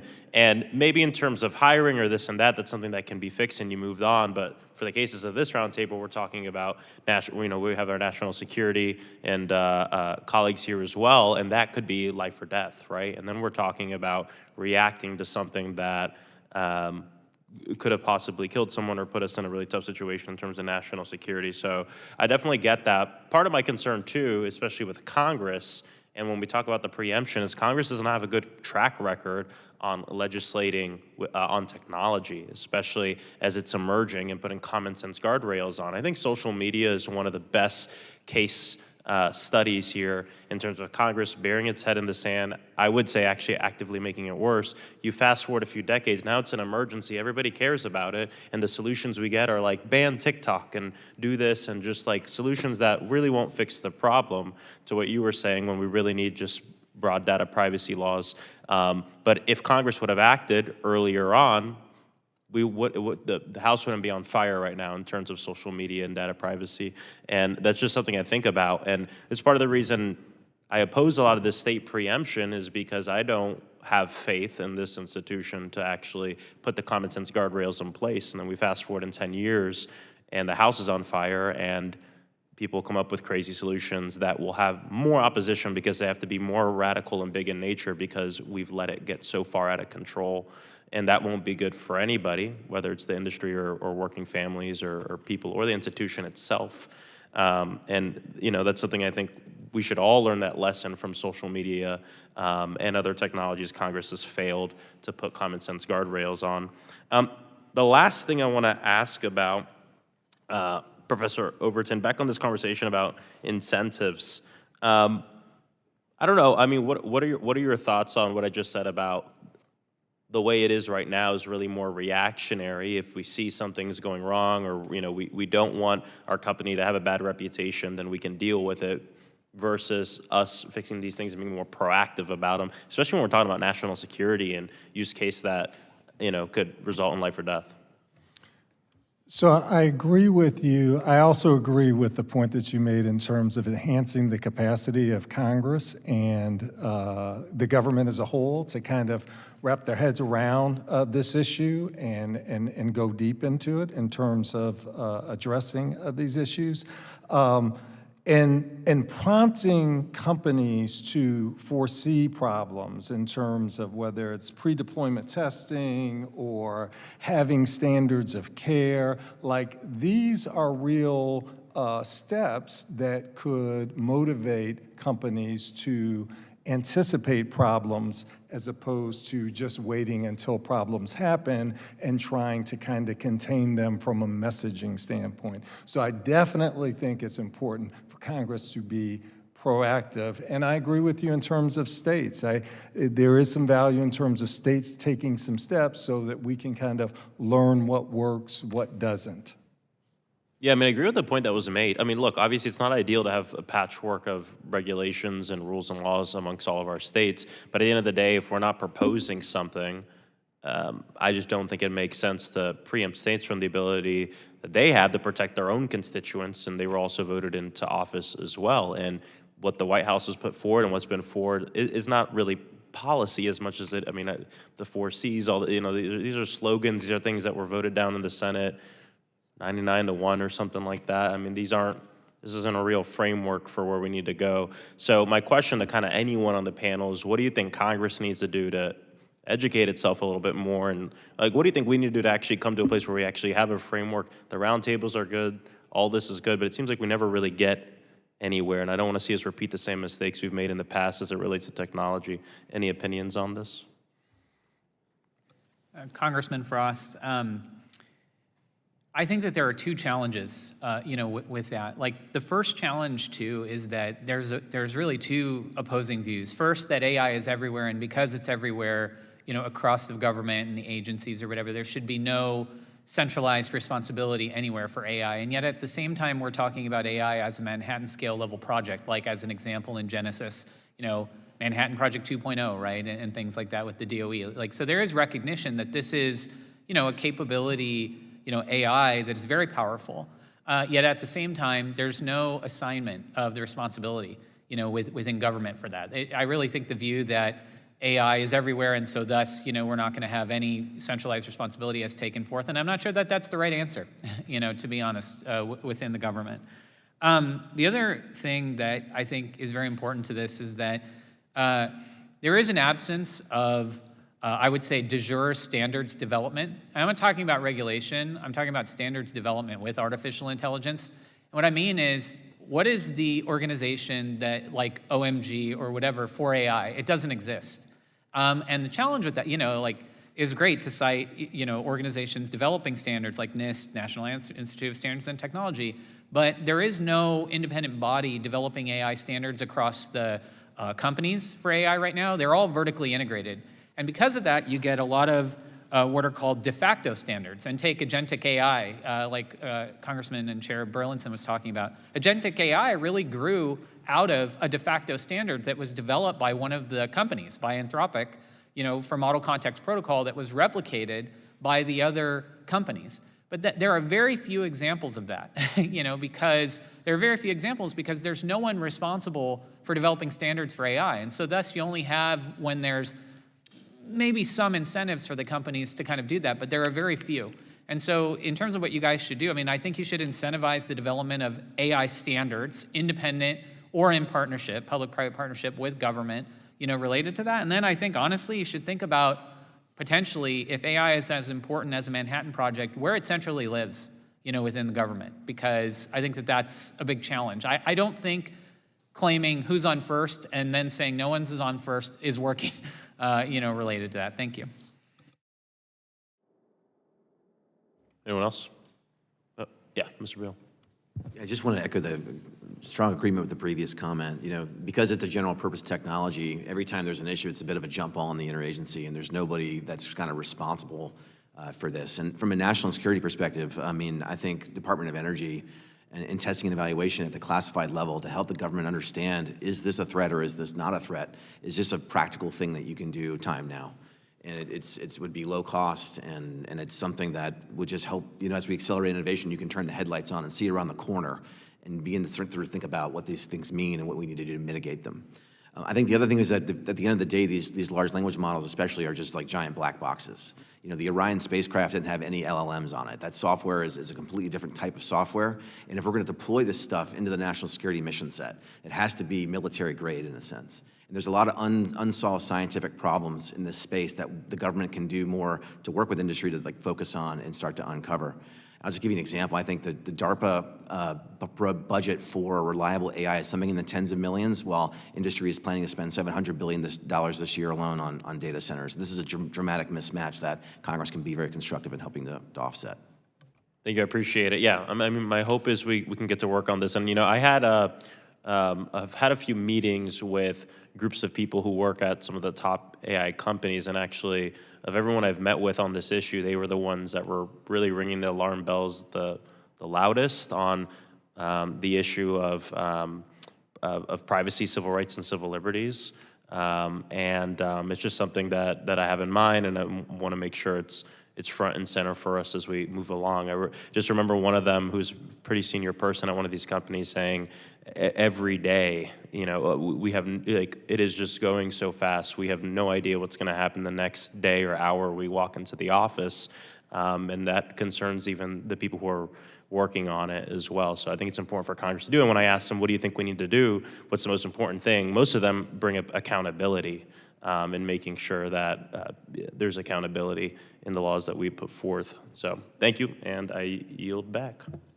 Thank you. I now recognize Mr. Min. Thank you, Chair Burleson. Thank you, Ranking Member Frost, as well as Chair Timmons and Ranking Member Subramanian. for hosting this important roundtable. I just want to start by first noting that this is a roundtable and not a hearing. And yet it looks a lot like a hearing. It feels like a hearing. I'm a freshman. This is really not any different than a hearing in its form, other than on some of the particulars where this is not being recorded, it's not for the record, the rules don't apply to this, and I take great objection to Mr. Mann, this is being recorded. I'm So told you- that just- I want you to be aware that it's it not is. recorded for the official record, is that correct? That is correct. Yeah, and so this is not a hearing, and I don't understand the point of a roundtable that looks and feels like a hearing that is about an important topic. And this feels, and I used to be a law professor, I started my career as a federal enforcement attorney. This feels like an attempt to evade the laws and rules that would otherwise govern a hearing. And I take great objection to that, particularly since we are the oversight hearing, the hearing on oversight and government reform. And so there's, of course, the famous Latin phrase, I think I quoted the first time I ever sat in an oversight hearing, quis custodiet ipsos custodes, who watches the watchman? And if we are not following the rules, if we're not honoring the basic principles of transparency with ourselves, why are we hiding the ball? How can the American people trust what we're doing in Congress right now? So I take great objection to the majority exerting this particular form, presumably to avoid having motions brought up, to avoid having the rules apply. To me, this feels greatly problematic. That being said, I want to say that this is an important topic. I'm very excited about the prospects of AI. I represent a district in Costa Mesa, Irvine, Newport Beach that has a tremendous amount of AI and a convergence of defense technology, AI, a vibrant ecosystem with companies like Anduril that are fueling innovation at the intersection of AI and autonomy. Now, I do want to note that one, the committee I sit on today is around economic growth, energy policy, and regulatory affairs. And one topic that is not being addressed today that I think is really, really important for us to get our heads around here in Congress is the problem or challenge of jobs that are going to be displaced, that are being displaced right now, that will continue to be displaced in a much more aggressive way as we move forward, as AI continues to self-learn, as it continues to adapt to and replace functions that many human beings now do for wages. I think that's going to create huge problems for the workforce. It's something I think that a body like Congress should be proactive about. But I will just note that we are not doing that, and instead my colleagues across the aisle have instead stripped away the safety net that would help people being displaced.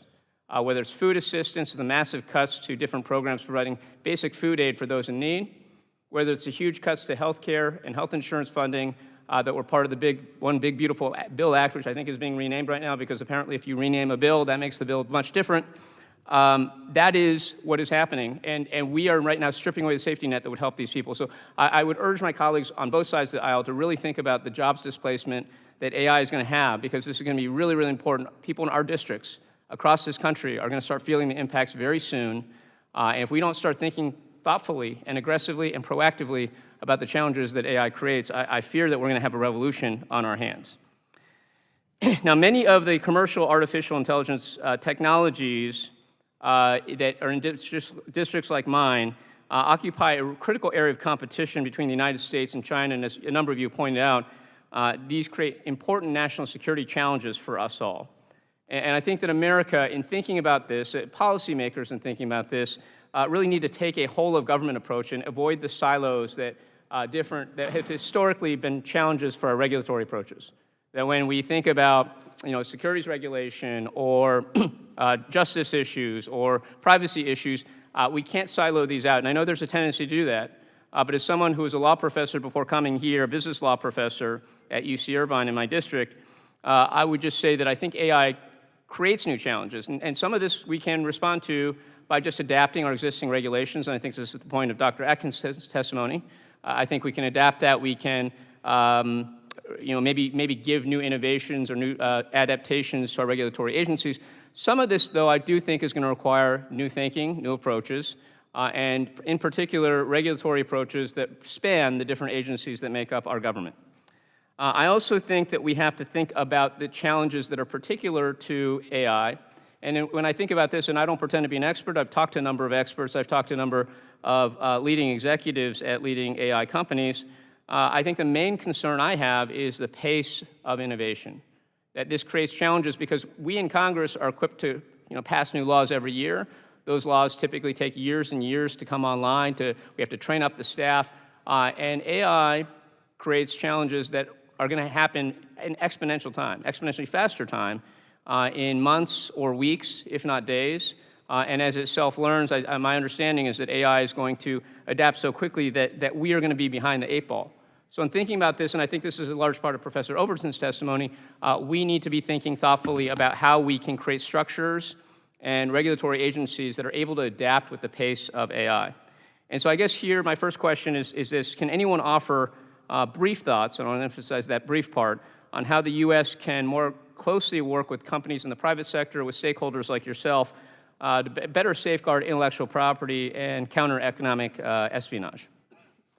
We can start with anyone who might want to have any thoughts on that. So, first of all, Congressman, I really appreciated your comments there. I think two things. Just one is, we've been arguing, and I hate to tout our horn, but since 2017, we laid out a very, very detailed congressional action agenda on how to better help dislocated workers who would be affected by AI and other points. We don't do a very good job of that. And it doesn't necessarily mean spending a lot more money or whatever, but the systems we have just don't work very well. And if we don't get to it now is the time to get to it. Secondly, what's really striking to me about this entire discussion, or the debate in Washington, is we do not have a national enterprise or effort to create an AI strategy. And by that, I don't mean big government picking this company or not, but how do we think about issues of IP? How do we think about issues of privacy? How do we think about issues of speed? How do we think about those? And right now, we're responding in a very ad hoc way. With regard to espionage, ITIF just issued a report 3 weeks ago on how do we slow China down, including through espionage. And there's an enormous number of steps in there we lay out, about 95. But one of them sounds very simple, but the FBI has a commercial counterintelligence group that does a great job, but it's dramatically understaffed. And we need to, in my view, we need to give them a little bit more resources. And then secondly, this is a Judiciary Committee issue, but there are Chinese spies who have stolen core things from the U.S. who get 2 years in jail, oftentimes partly suspended sentence. You don't get that in Korea. If you do that in Korea, you're going to jail for a long, long time. That's problematic, and I take it you're suggesting we undoge some of our government. But thank you for your response. Anybody else have any responses to that? Yes, Mr. Beiel.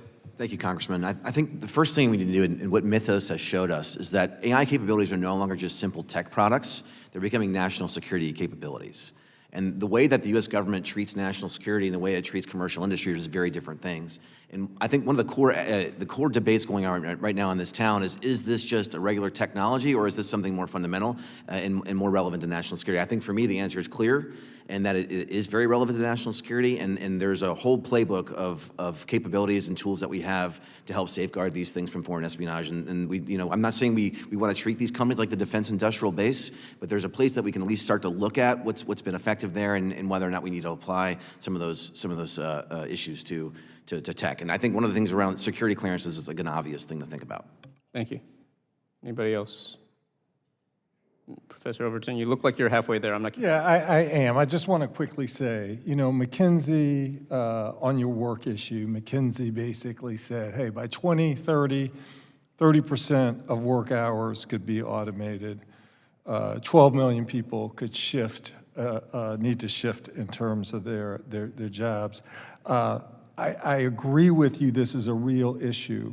But I would also say, in terms of the framing here, the choice that we've got here is not between are you going to protect your constituents versus innovation and growth through unregulated. That's a false choice. Often guardrails enhance U.S. competitiveness. I mean, when we look at food safety, auto safety, people know American products are trustworthy here, and that's the kind of AI that we want out in the world here. The U.S. as a leader in responsible AI. Now, the democratizing aspect of AI means that there's also a lot of bad stuff that can happen, and people have access to tools. So when we talk about buildup, you know, CISA over at Homeland Security has been kind of decimated here. If we talk about like the National Security Division at DOJ, like these components that are really critical and important, both I think need resources and also need expertise inside to face, you know, espionage, to face a variety of challenges that are connected to technology. Thank you. I appreciate that point. And I would just add to that that in my district, one of the things I am hearing about most, and I represent an affluent, well-educated district, but one of the ways in which a lot of people interface with AI problematically is through senior scams. They become so sophisticated, they're clearly, many of them do appear to be powered by AI, and this is not a benign use of that technology. We are seeing a lot more people defrauded of their entire life savings. I have someone in my church, we got to her just before she was about to sell off her home to help somebody out. It was horrible. She'd given away about $1.5 million. That was her nest egg. We hear stories like that on a very frequently increasing basis now, and you know, we need to be thinking about a lot of these things, and what is the right role of government here in trying to lean in. I have a last point and then the last question. One, a number of you have mentioned the energy challenges, and my understanding is that the main cap right now on innovation and the growth of AI in the United States is the lack of energy and energy infrastructure, particularly compared to China, which put up, I understand, 100 gigawatts of new energy last year alone, and I believe our number was about 10 gigawatts. They put up a mix of a little bit of oil and gas, fossil fuels, but a lot of renewables, a lot of nuclear, and the grid expansion to match that. Meanwhile, here in the United States, you may recall that in 2024, Donald Trump famously had, then candidate Trump famously had a meeting with the oil industry where he openly stated, if you donate $1 billion to my campaign, I will do whatever, essentially do whatever you want. Since getting elected, and I think they actually ended up donating about $200+ million, but since then we've seen a steady drumbeat of pro-oil and gas legislation and executive orders and actions that have completely stripped away, I think much of this has been illegal, stripped away funding that had already been designated for renewable energy projects. We're looking at many gigawatts worth of energy capacity. And at the same time, we have disinvested in a lot of the grid expansion that would be important for transferring new energy online. Of course, the Iran war right now is illustrating the difficulties and challenges of relying so heavily on something that is largely imported to the United States. So that's just a point, which is I think if we're going to talk about an all of the above approach, we need all of the above. We need a lot of energy. We need the ability to deliver that energy. And right now, I think the policies that we are enacting in the United States are counterproductive to that goal. My last question is this, and it's for Professor Overton. Earlier this year, maybe last year, the Pentagon labeled Anthropic, a U.S. company, as a supply chain risk, a designation historically reserved for foreign adversaries, after the company refused to let the government use its AI for purposes they thought were problematic, illegal, or would have counterproductive outcomes, including for mass domestic surveillance or autonomous weapons. What's your view on the long-term ramifications of that, particularly if that becomes a policy in the United States where we basically not only disavow but try to essentially destroy companies that don't go along with us in the AI space? Yeah, I think we're chilling innovation, particularly when we target developers here and companies. There's uncertainty for these companies and their investors. It really, chills public interest work, working with the government. Capital may move offshore. Firms may be selective about what they share with the federal government because they don't want to be strong-armed, so they may not disclose in the same way. So we really need kind of neutral rules and decisions that are made as opposed to things that are kind of ad hoc here or political. And frankly, I'd make the same point about the so-called anti-woke AI policy, basically telling companies, we won't use your product if it reduces racial bias or other types of bias it chills innovation when companies may be trying to improve their product. So we don't want government kind of putting a thumb on the scale and deterring innovation. Thank you for that. And with that, I yield back. Thank you. I now recognize Mr. Crane.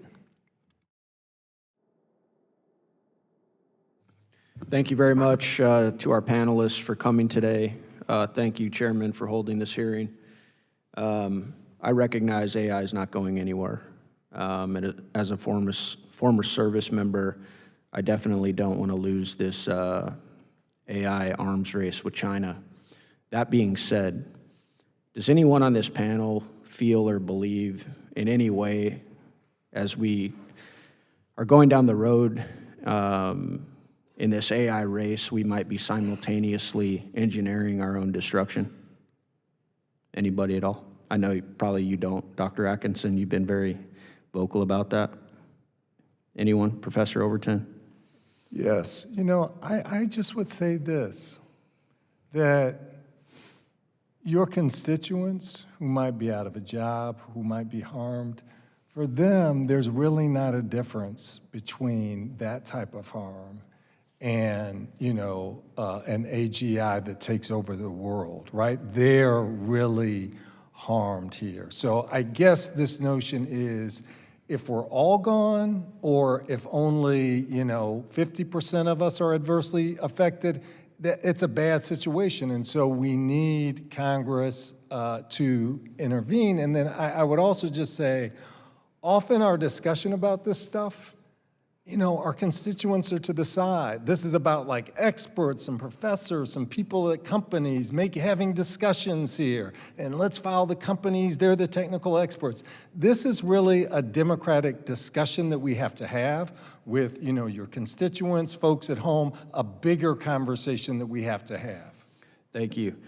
And one of the reasons I bring it up, and, you know, I know there have been previous remarks made about this, but in this very committee, earlier this year, we had experts come in. This obviously isn't our first AI hearing, but, you know, we did hear in, you know, one of the hearings I participated in that within the next 5 years, 50% of white-collar entry-level jobs could be gone. And so for us, it's kind of difficult because it really comes down to whose expert opinion do you take, right? And then we're seeing reports, the Anthropic mythos has been deemed too powerful and dangerous for public release, and how it could be weaponized against banks, hospitals, energy grids, et cetera. My next question for the panel is, and we've obviously focused a lot on the economic benefits with John Deere and how you guys are employing this technology in a way to help your company, farmers, food supply, et cetera, and even in the weapons, you know, space. But in the event that some of this technology was to fall into the wrong hands, what keeps you guys up at night in relation to these powerful AI systems?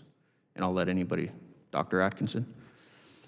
So, Congressman Crane, just to be clear, I don't think AI is going to get to ASI, and I don't think it's going to kill us. But at the same time, I do think it's important for the federal government to seriously fund AI safety research, both in the academic world, where there are professors and PhD students who are digging in. And we need to know a lot more about how the models work and explainability and et cetera. So I don't dismiss that. I'm just confident in our ability to do that as humans.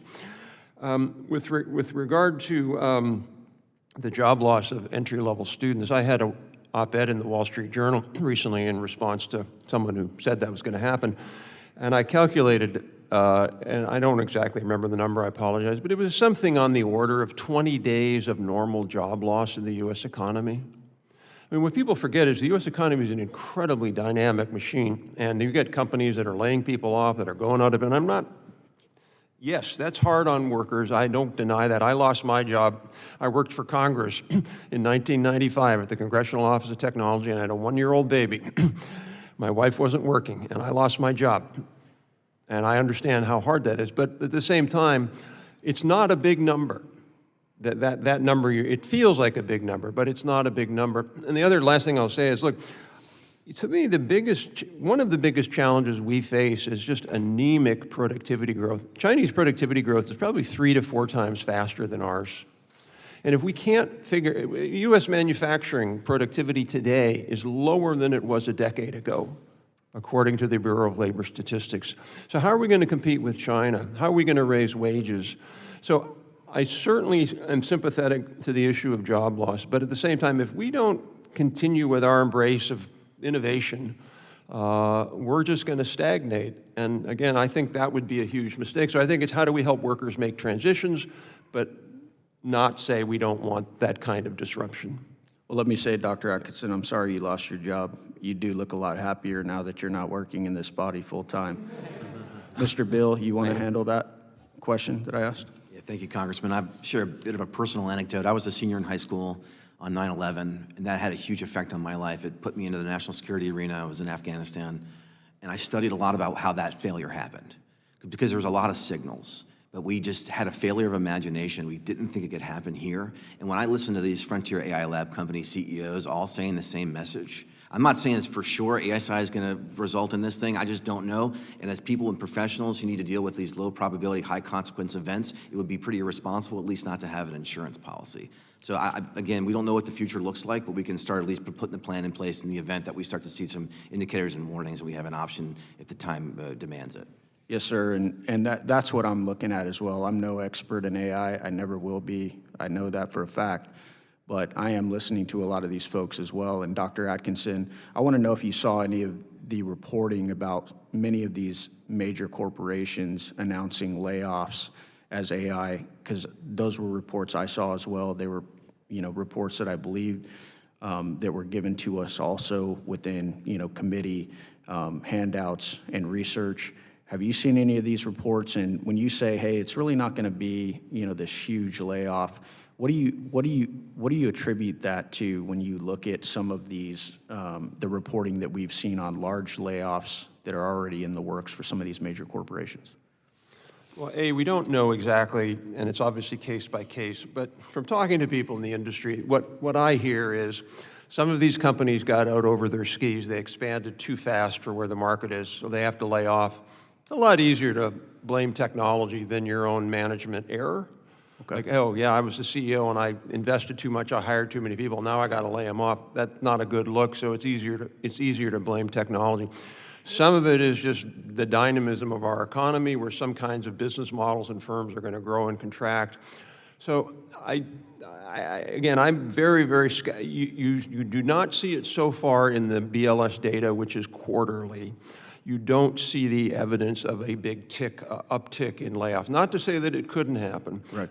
At one last statistic, again, looking at the BLS data, in the 1960s, we had a rate of productivity growth 3 times faster than what we had today.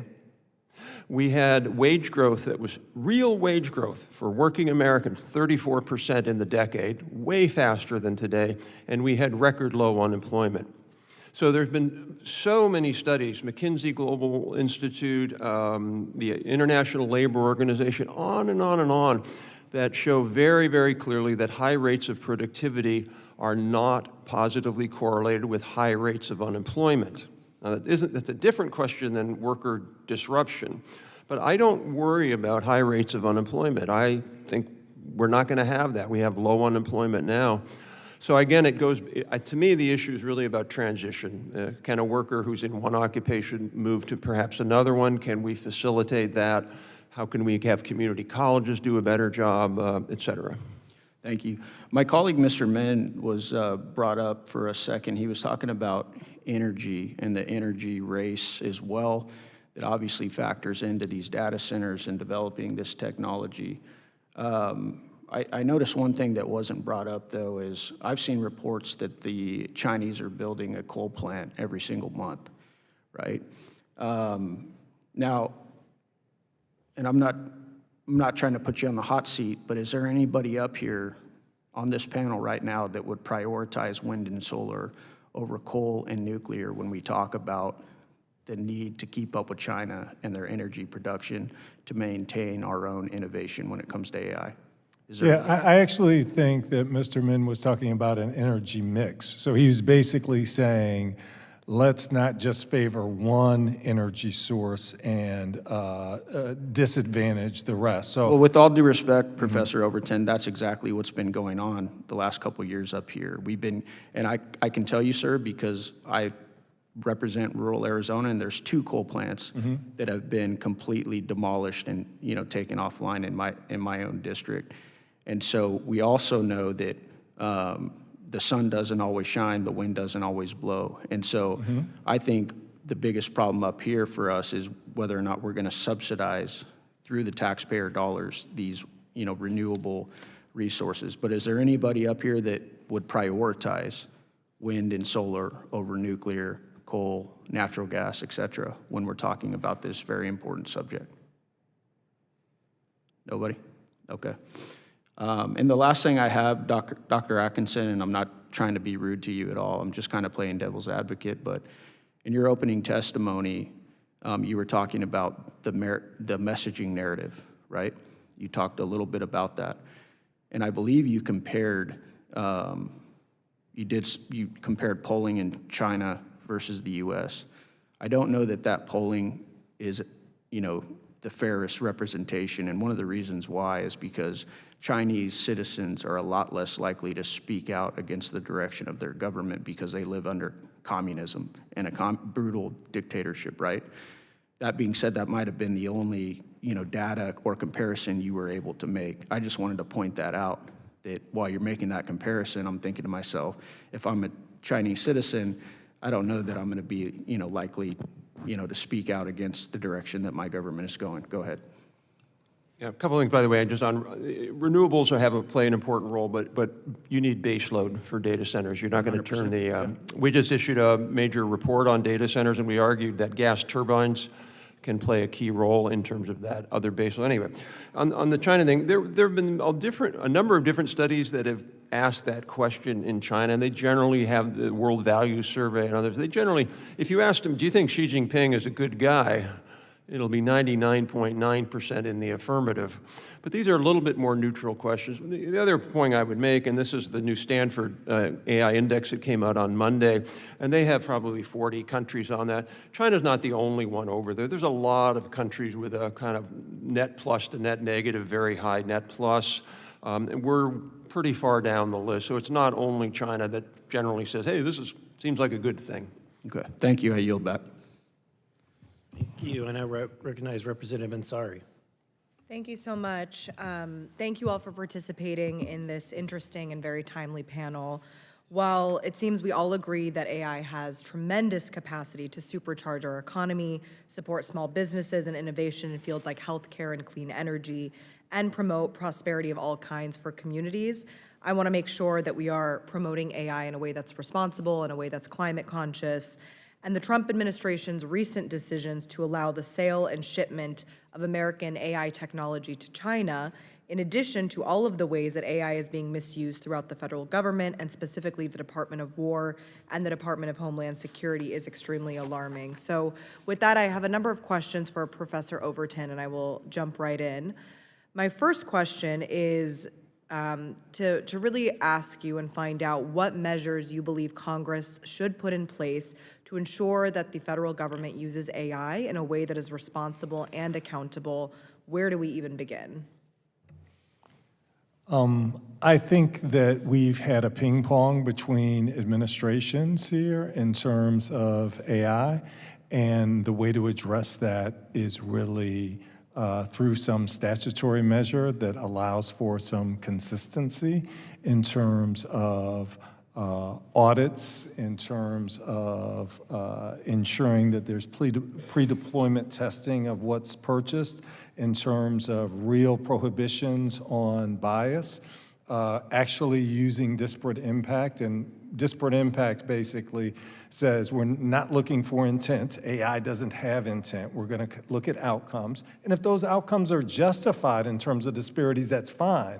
But if the outcomes, the disparities are not justified, can we make an adjustment to avoid some of those disparities? So adopting that tool, certainly watermarking and content provenance standards, including for government communications, is, I think, important. It's not going to deal with everything, but, you know, an officer has a badge for a reason here, and some people impersonate officers, but there is a role.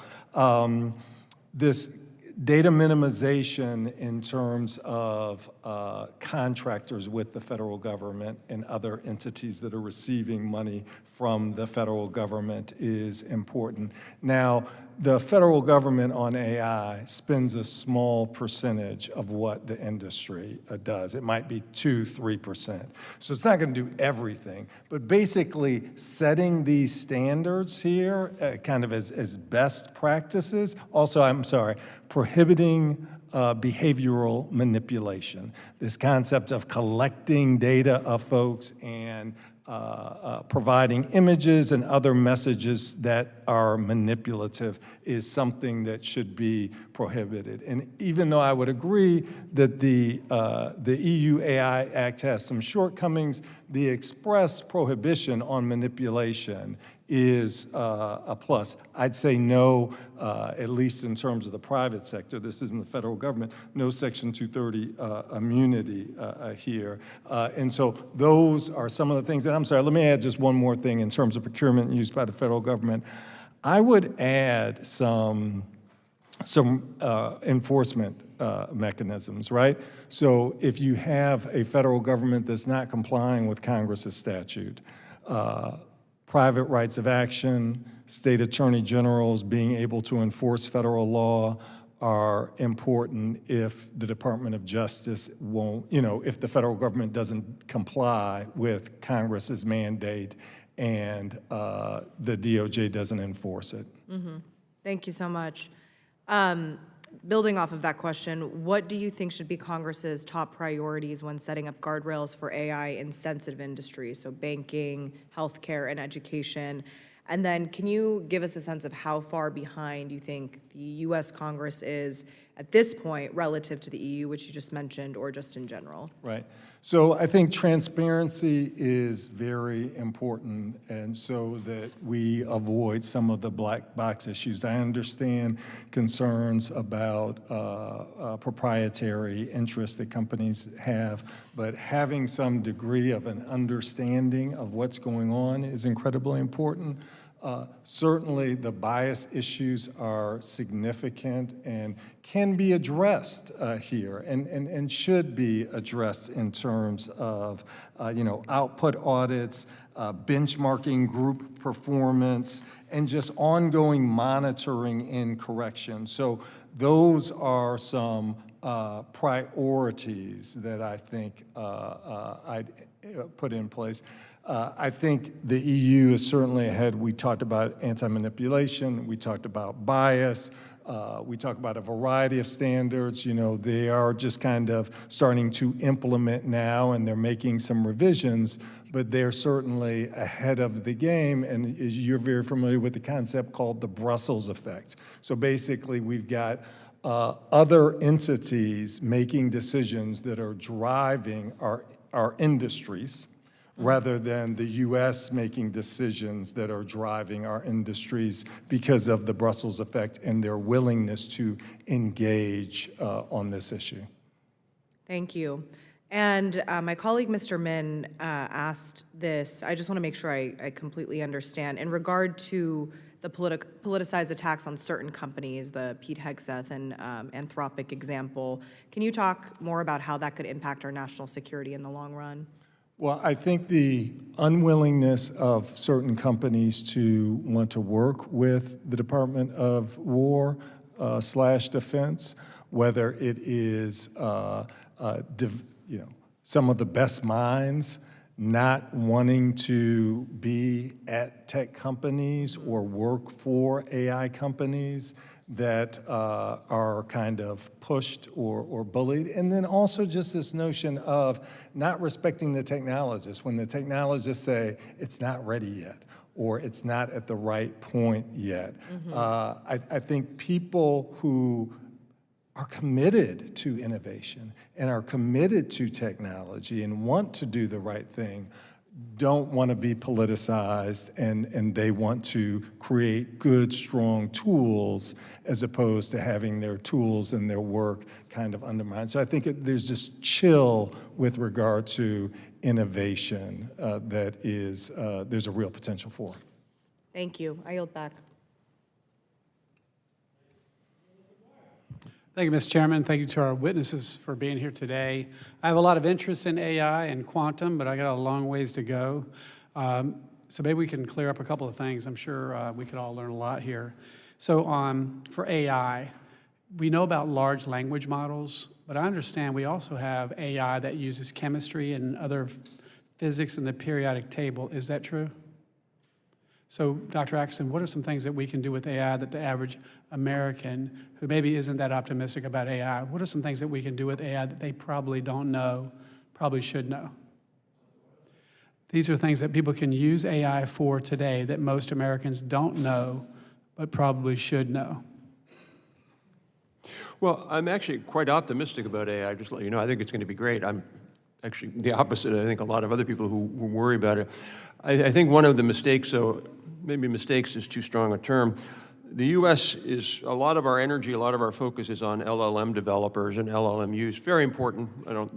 You look at what the Chinese are doing, though. They're doing more of what you're talking about. AI for chemical industries, AI in logistics, AI in ports, AI in farming, AI in robotics. I mean, they're potentially going to lead in robotics. And I think when we think about AI, we have to think not just about language models and agentic AI, but about what people call physical AI, because that's a lot of it. The gentleman, Mr. Zinger, I guess he was using AI. He's not using LLMs to make missiles. He's using kind of his own AI-developed software. And with manufacturing, they're not going to use LLMs. They're going to use sort of custom AI and it may be that you get a few companies that build, that's another reason I'm not worried about a few companies taking over everything. I don't think some of these companies are going to build manufacturing AI. I think you'll see specialty AI companies, including some of the things that you're talking about. So look at drug development. I mean, drug development is, it's potential really going to a new level as we speak. Just developing new compounds, new discoveries that could, make Americans' lives significantly better. So with regard to jobs, I think that when we developed a locomotive, some people thought they were going to lose jobs, but it created new jobs. When they created the automobile, same thing, we adapted. With the airplane, we've adapted, and I'm sure we're going to adapt with this as well. But we're going to need a lot of energy and a lot of data centers. I'm a Virginia representative. We have more data centers in Virginia than any other state.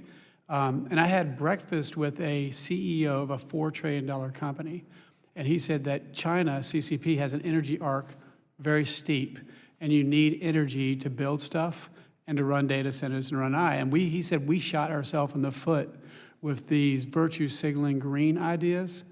And he said we were shutting down coal plants every day when China was opening up coal plants every day. And he said it was a big mistake because you just can't build things and power things. And so I know recently we got rid of a lot of the subsidies. I talked to the Secretary of Interior. He said today in America, John, 70% of our energy comes from fossil fuels. 30% comes from nuclear. And he paused and he said, where does that leave you with solar and wind? And I know a lot of people say all of the above. And if you like solar panels, I love you. And if you don't like solar panels, I love you, but we shouldn't subsidize it.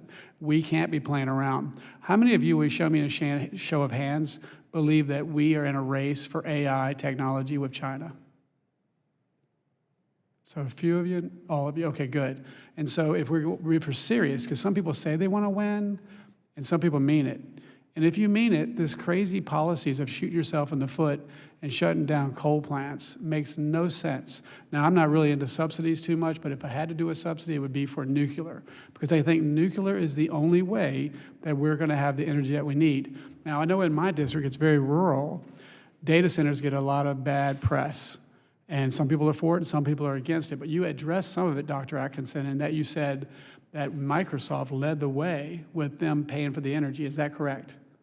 So that takes care of the energy issue. Also, I heard you talk about water, but I heard some of the data centers have more of a antifreeze type fluid that they recycle so it doesn't impact the local water table. Is that right? Yes, it is, closed loop systems. So that's a good idea. And then I've heard that the data centers that you guys build today are a whole lot quieter. Is that true? Yes, it is. And then I think if you built them off the road where people don't see them and had a blind of trees, you might address most of the concerns. And so I just want to make sure we're doing that sort of thing. I visited a farm, and I think this would be more addressed to, who's the John Deere guy? Yeah, more to Mr. Heindman. So I visited a farm in my district, and because it's very hard, because there's so many regulations on our farmers, it's so hard for them to make a profit. And this farmer, using AI and using John Deere tractors, can run a farm that would normally take 100 people with 20 people. And he had several tractors that do several fields, and I asked him about that. And I said, so these tractors do all the work for you? He said, yes. And so I tried to trip him up. I said, what happens if you lose the internet connection? He goes, they're programmed for 3 days ahead of time because of weather. So you've got 3 days to get your internet back. And so he has people in his tractor, and I asked them, I said, well, what do you do while the tractor's doing all the work? And they said, I got an iPad, and I do Netflix or watch movies, play video games. Does that sound familiar to you? It does. The average age of a farmer in the United States is 58 years old. They're not getting any younger, and there's just not sufficient labor on the farm to do all the work. Well, I do know that the average age is 58. I thought it was 60, but whatever it is, it's too high. And I would like to find legislation to get it lower because the population of the world is going to double by 2050. And if we're shrinking farms, over-regulating farms, we're going to have food, famine, and war. So we better figure that out. And I think AI would be a great solution. Now, quantum, raise your hand if you guys deal with quantum at all. Anybody here at the table? Quantum computing? What I would like to know is using quantum for AI, physical AI and large language model AI, how will AI and quantum work together to maybe solve medical challenges, fertilizer challenges, and jobs? I wish I was a physicist. I think they're going to have different applications. So for example, one of the things that quantum is really, really good at is taking, 400 million parameters that would take a human, 450,000 years to solve. And it can do these things like that. That's a little different than what AI does. And so I think at some level you'll have complementarity. But Congressman, to your point, everybody talks about AI, but if we lose the quantum race to China, it's very, very serious. Because if for no other reason than simply quantum communications and encryption, those are big, big deals. Quantum has the ability to break encryption, as you well know, and so we have to. That was another point I was going to make. As much as I love AI and it's critical, there are a set of critical technologies that we cannot let the Chinese beat us in. And I would argue that biotech is one. I would argue aerospace. I would argue quantum and AI. And so we've got to get our game together as a country to become. We need to think about this as this is a national emergency, just like Eisenhower said that Sputnik was a national emergency. We have to be PQC compliant, quantum encryption capable of security by 2030 because it's coming. And what it will allow you to do is create an environment where the rules of physics work inside the environment that you create. So you can test ideas in a fake world and then apply them to the real world. It's going to be a game changer. I've got two more quick questions.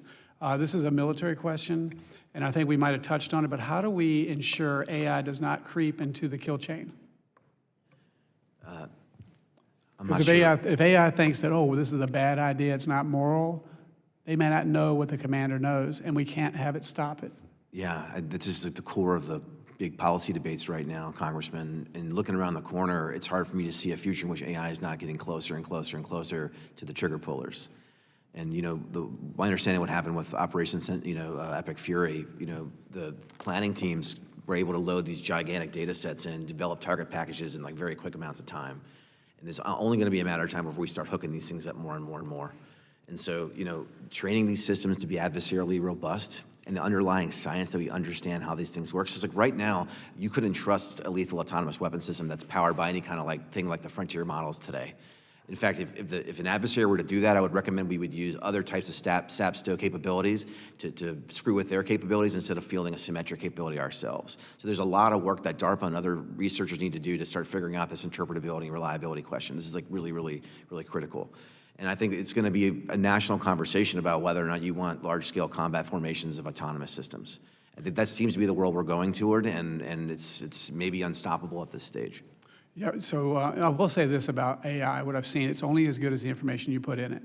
And I've seen hallucination, and I've seen political bias. As a military guy, you would never know if I was a Democrat or Republican, but you use some of these AI platforms, and where it says something great about Biden and it can't say anything good about Trump, clearly biased. We've got to figure out a way to make it apolitical. I don't know how we do that. I don't know who wants to take this question, but if you could be a congressman for the day, what legislation would you put in? Just give me one idea that you have that would help us beat China in this war to be AI dominant. Legislator for the day, what would you do? Sir, as I think you're from the SEAL community, I learned from your colleagues the idea that slow is smooth and smooth is fast. And so for me, classified test and evaluation that gives you the data that you to know whether or not you need to scale government oversight. This is like the strategic capability that we're lacking today. Because if we learn that there's not the threat there, like my colleague thinks, and then we should let it rip and move forward. But there is something there, then we need to pay attention to that. Because we're already seeing the public, we're losing the fight for the hearts and minds of our public on AI. And if they turn against us, we're not going to be able to do what we need to do to be competitive in the 21st century. Anybody else? Yeah. Let me start with Dr. Atkinson. We'll go in order. Dr. Atkinson? We're losing the fights for them hearts and minds because the narrative of almost all elites is that this is bad. So the average American, frankly, they get informed by that. And when they hear that drumbeat every single day, no wonder they're only 42%. I think, Congressman, one of the key things that we're going to need, most of the models have basically built on internet data, and there's only so much of that, and they've built on it. I think we're going to have a national data strategy that opens up a lot more data for the training. Now, this is a very controversial view, I acknowledge that, but I would completely modify HIPAA and turn it into an opt-out regime. I would love to have my data, all my medical data, donated into that because it's going to lead to cures. And the only thing I need to know is don't personally identify me. And I'm 100% confident when you look at the model and when they do that, there are enough controls to do that. But I think we should just assume that, the more data we could put in there, just for example, on healthcare. Another one would be city governments. If they could aggregate all of the data they have, which is siloed, imagine how much better we could be in managing a city and county government. So I think a sort of national data strategy to think how can we open up more data and use it for the models, I think that would be an important step. Mr. Crane? I would focus on workforce training. We've got 400,000 open jobs in manufacturing right now. Our sector is investing $32 billion every year to train those workers and close those skills gaps. And to the extent that there are federal or state and local workforce programs, they need to be flexible, forward-leaning to meet the actual skills that we need. If you design a program today and it isn't implemented 5, 6, 8 years down the road, then Obsolete. the industry is going to have moved on, right?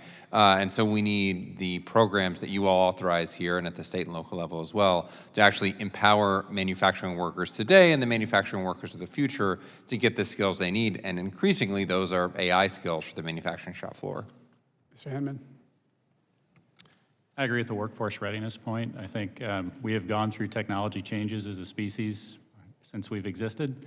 In my career, 30 years with Deere, I've seen us go from drafting boards to computer-aided design, and it required us to reskill people to be able to do a job in a different way. We use that to improve the productivity of the work. We use that to produce more designs and field more solutions to customers more quickly. I think we're in the space, again, of having to contemplate doing that just in a broader front than that one example across more disciplines. And I think the workforce readiness is a key component of being able to digest that as a country. Congressman McGuire, I would replicate Project Genesis across the government. First, a lot of people are scared about AI. Part of that is that they don't understand the impact of it on the workforce. They don't understand. All we have from the past administration is the creation of chief AI officers. We don't have any other jobs that are part of it. So where are all the other AI jobs? They're happening in the tech companies right now. They're not being promulgated across higher education, national labs, or other small business, and we need to replicate that. That will help to disarm some of the concern about AI jobs and what the upskilling is. Speaking of upskilling, there's a lot that's happening in Genesis already in the form of public-private partnerships, but it's limited to the DOE. And why? Why isn't it part of NASA? Why isn't it part of NSF? Why isn't it part of NIH? And it should be. And I think it could do a lot to address the concerns that we're hearing about and really to export American AI dominance. Thank you.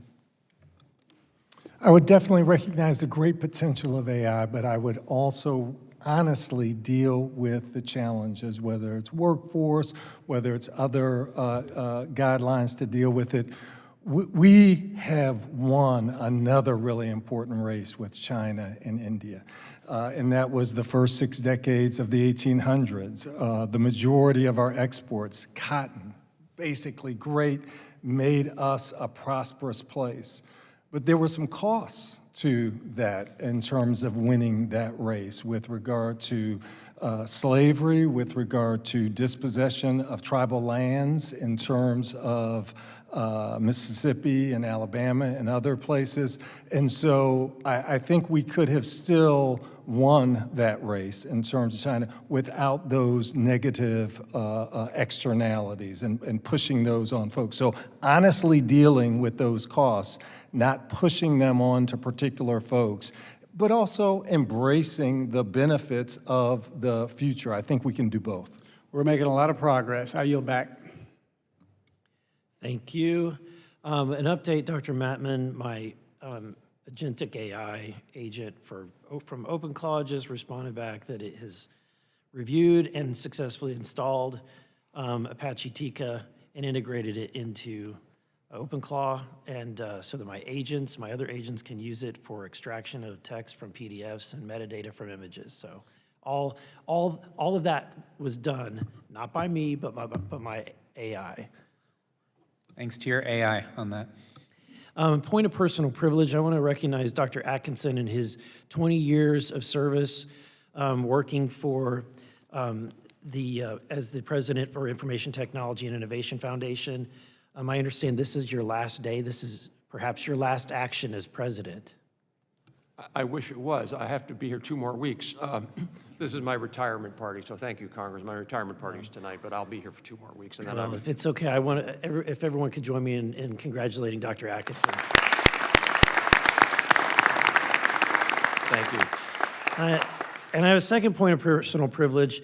Unfortunately, I'm losing my staffer that from my team that helps staff this committee, David Brown, if you'll stand up.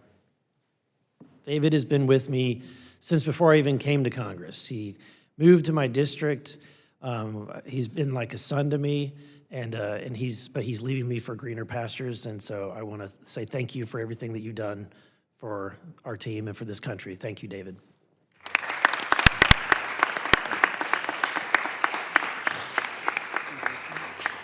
And again, thank you, witnesses today. Thank you for the time that you gave. Thank you for this thoughtful conversation, and really appreciate it. And with that, our meeting is adjourned. Thank you.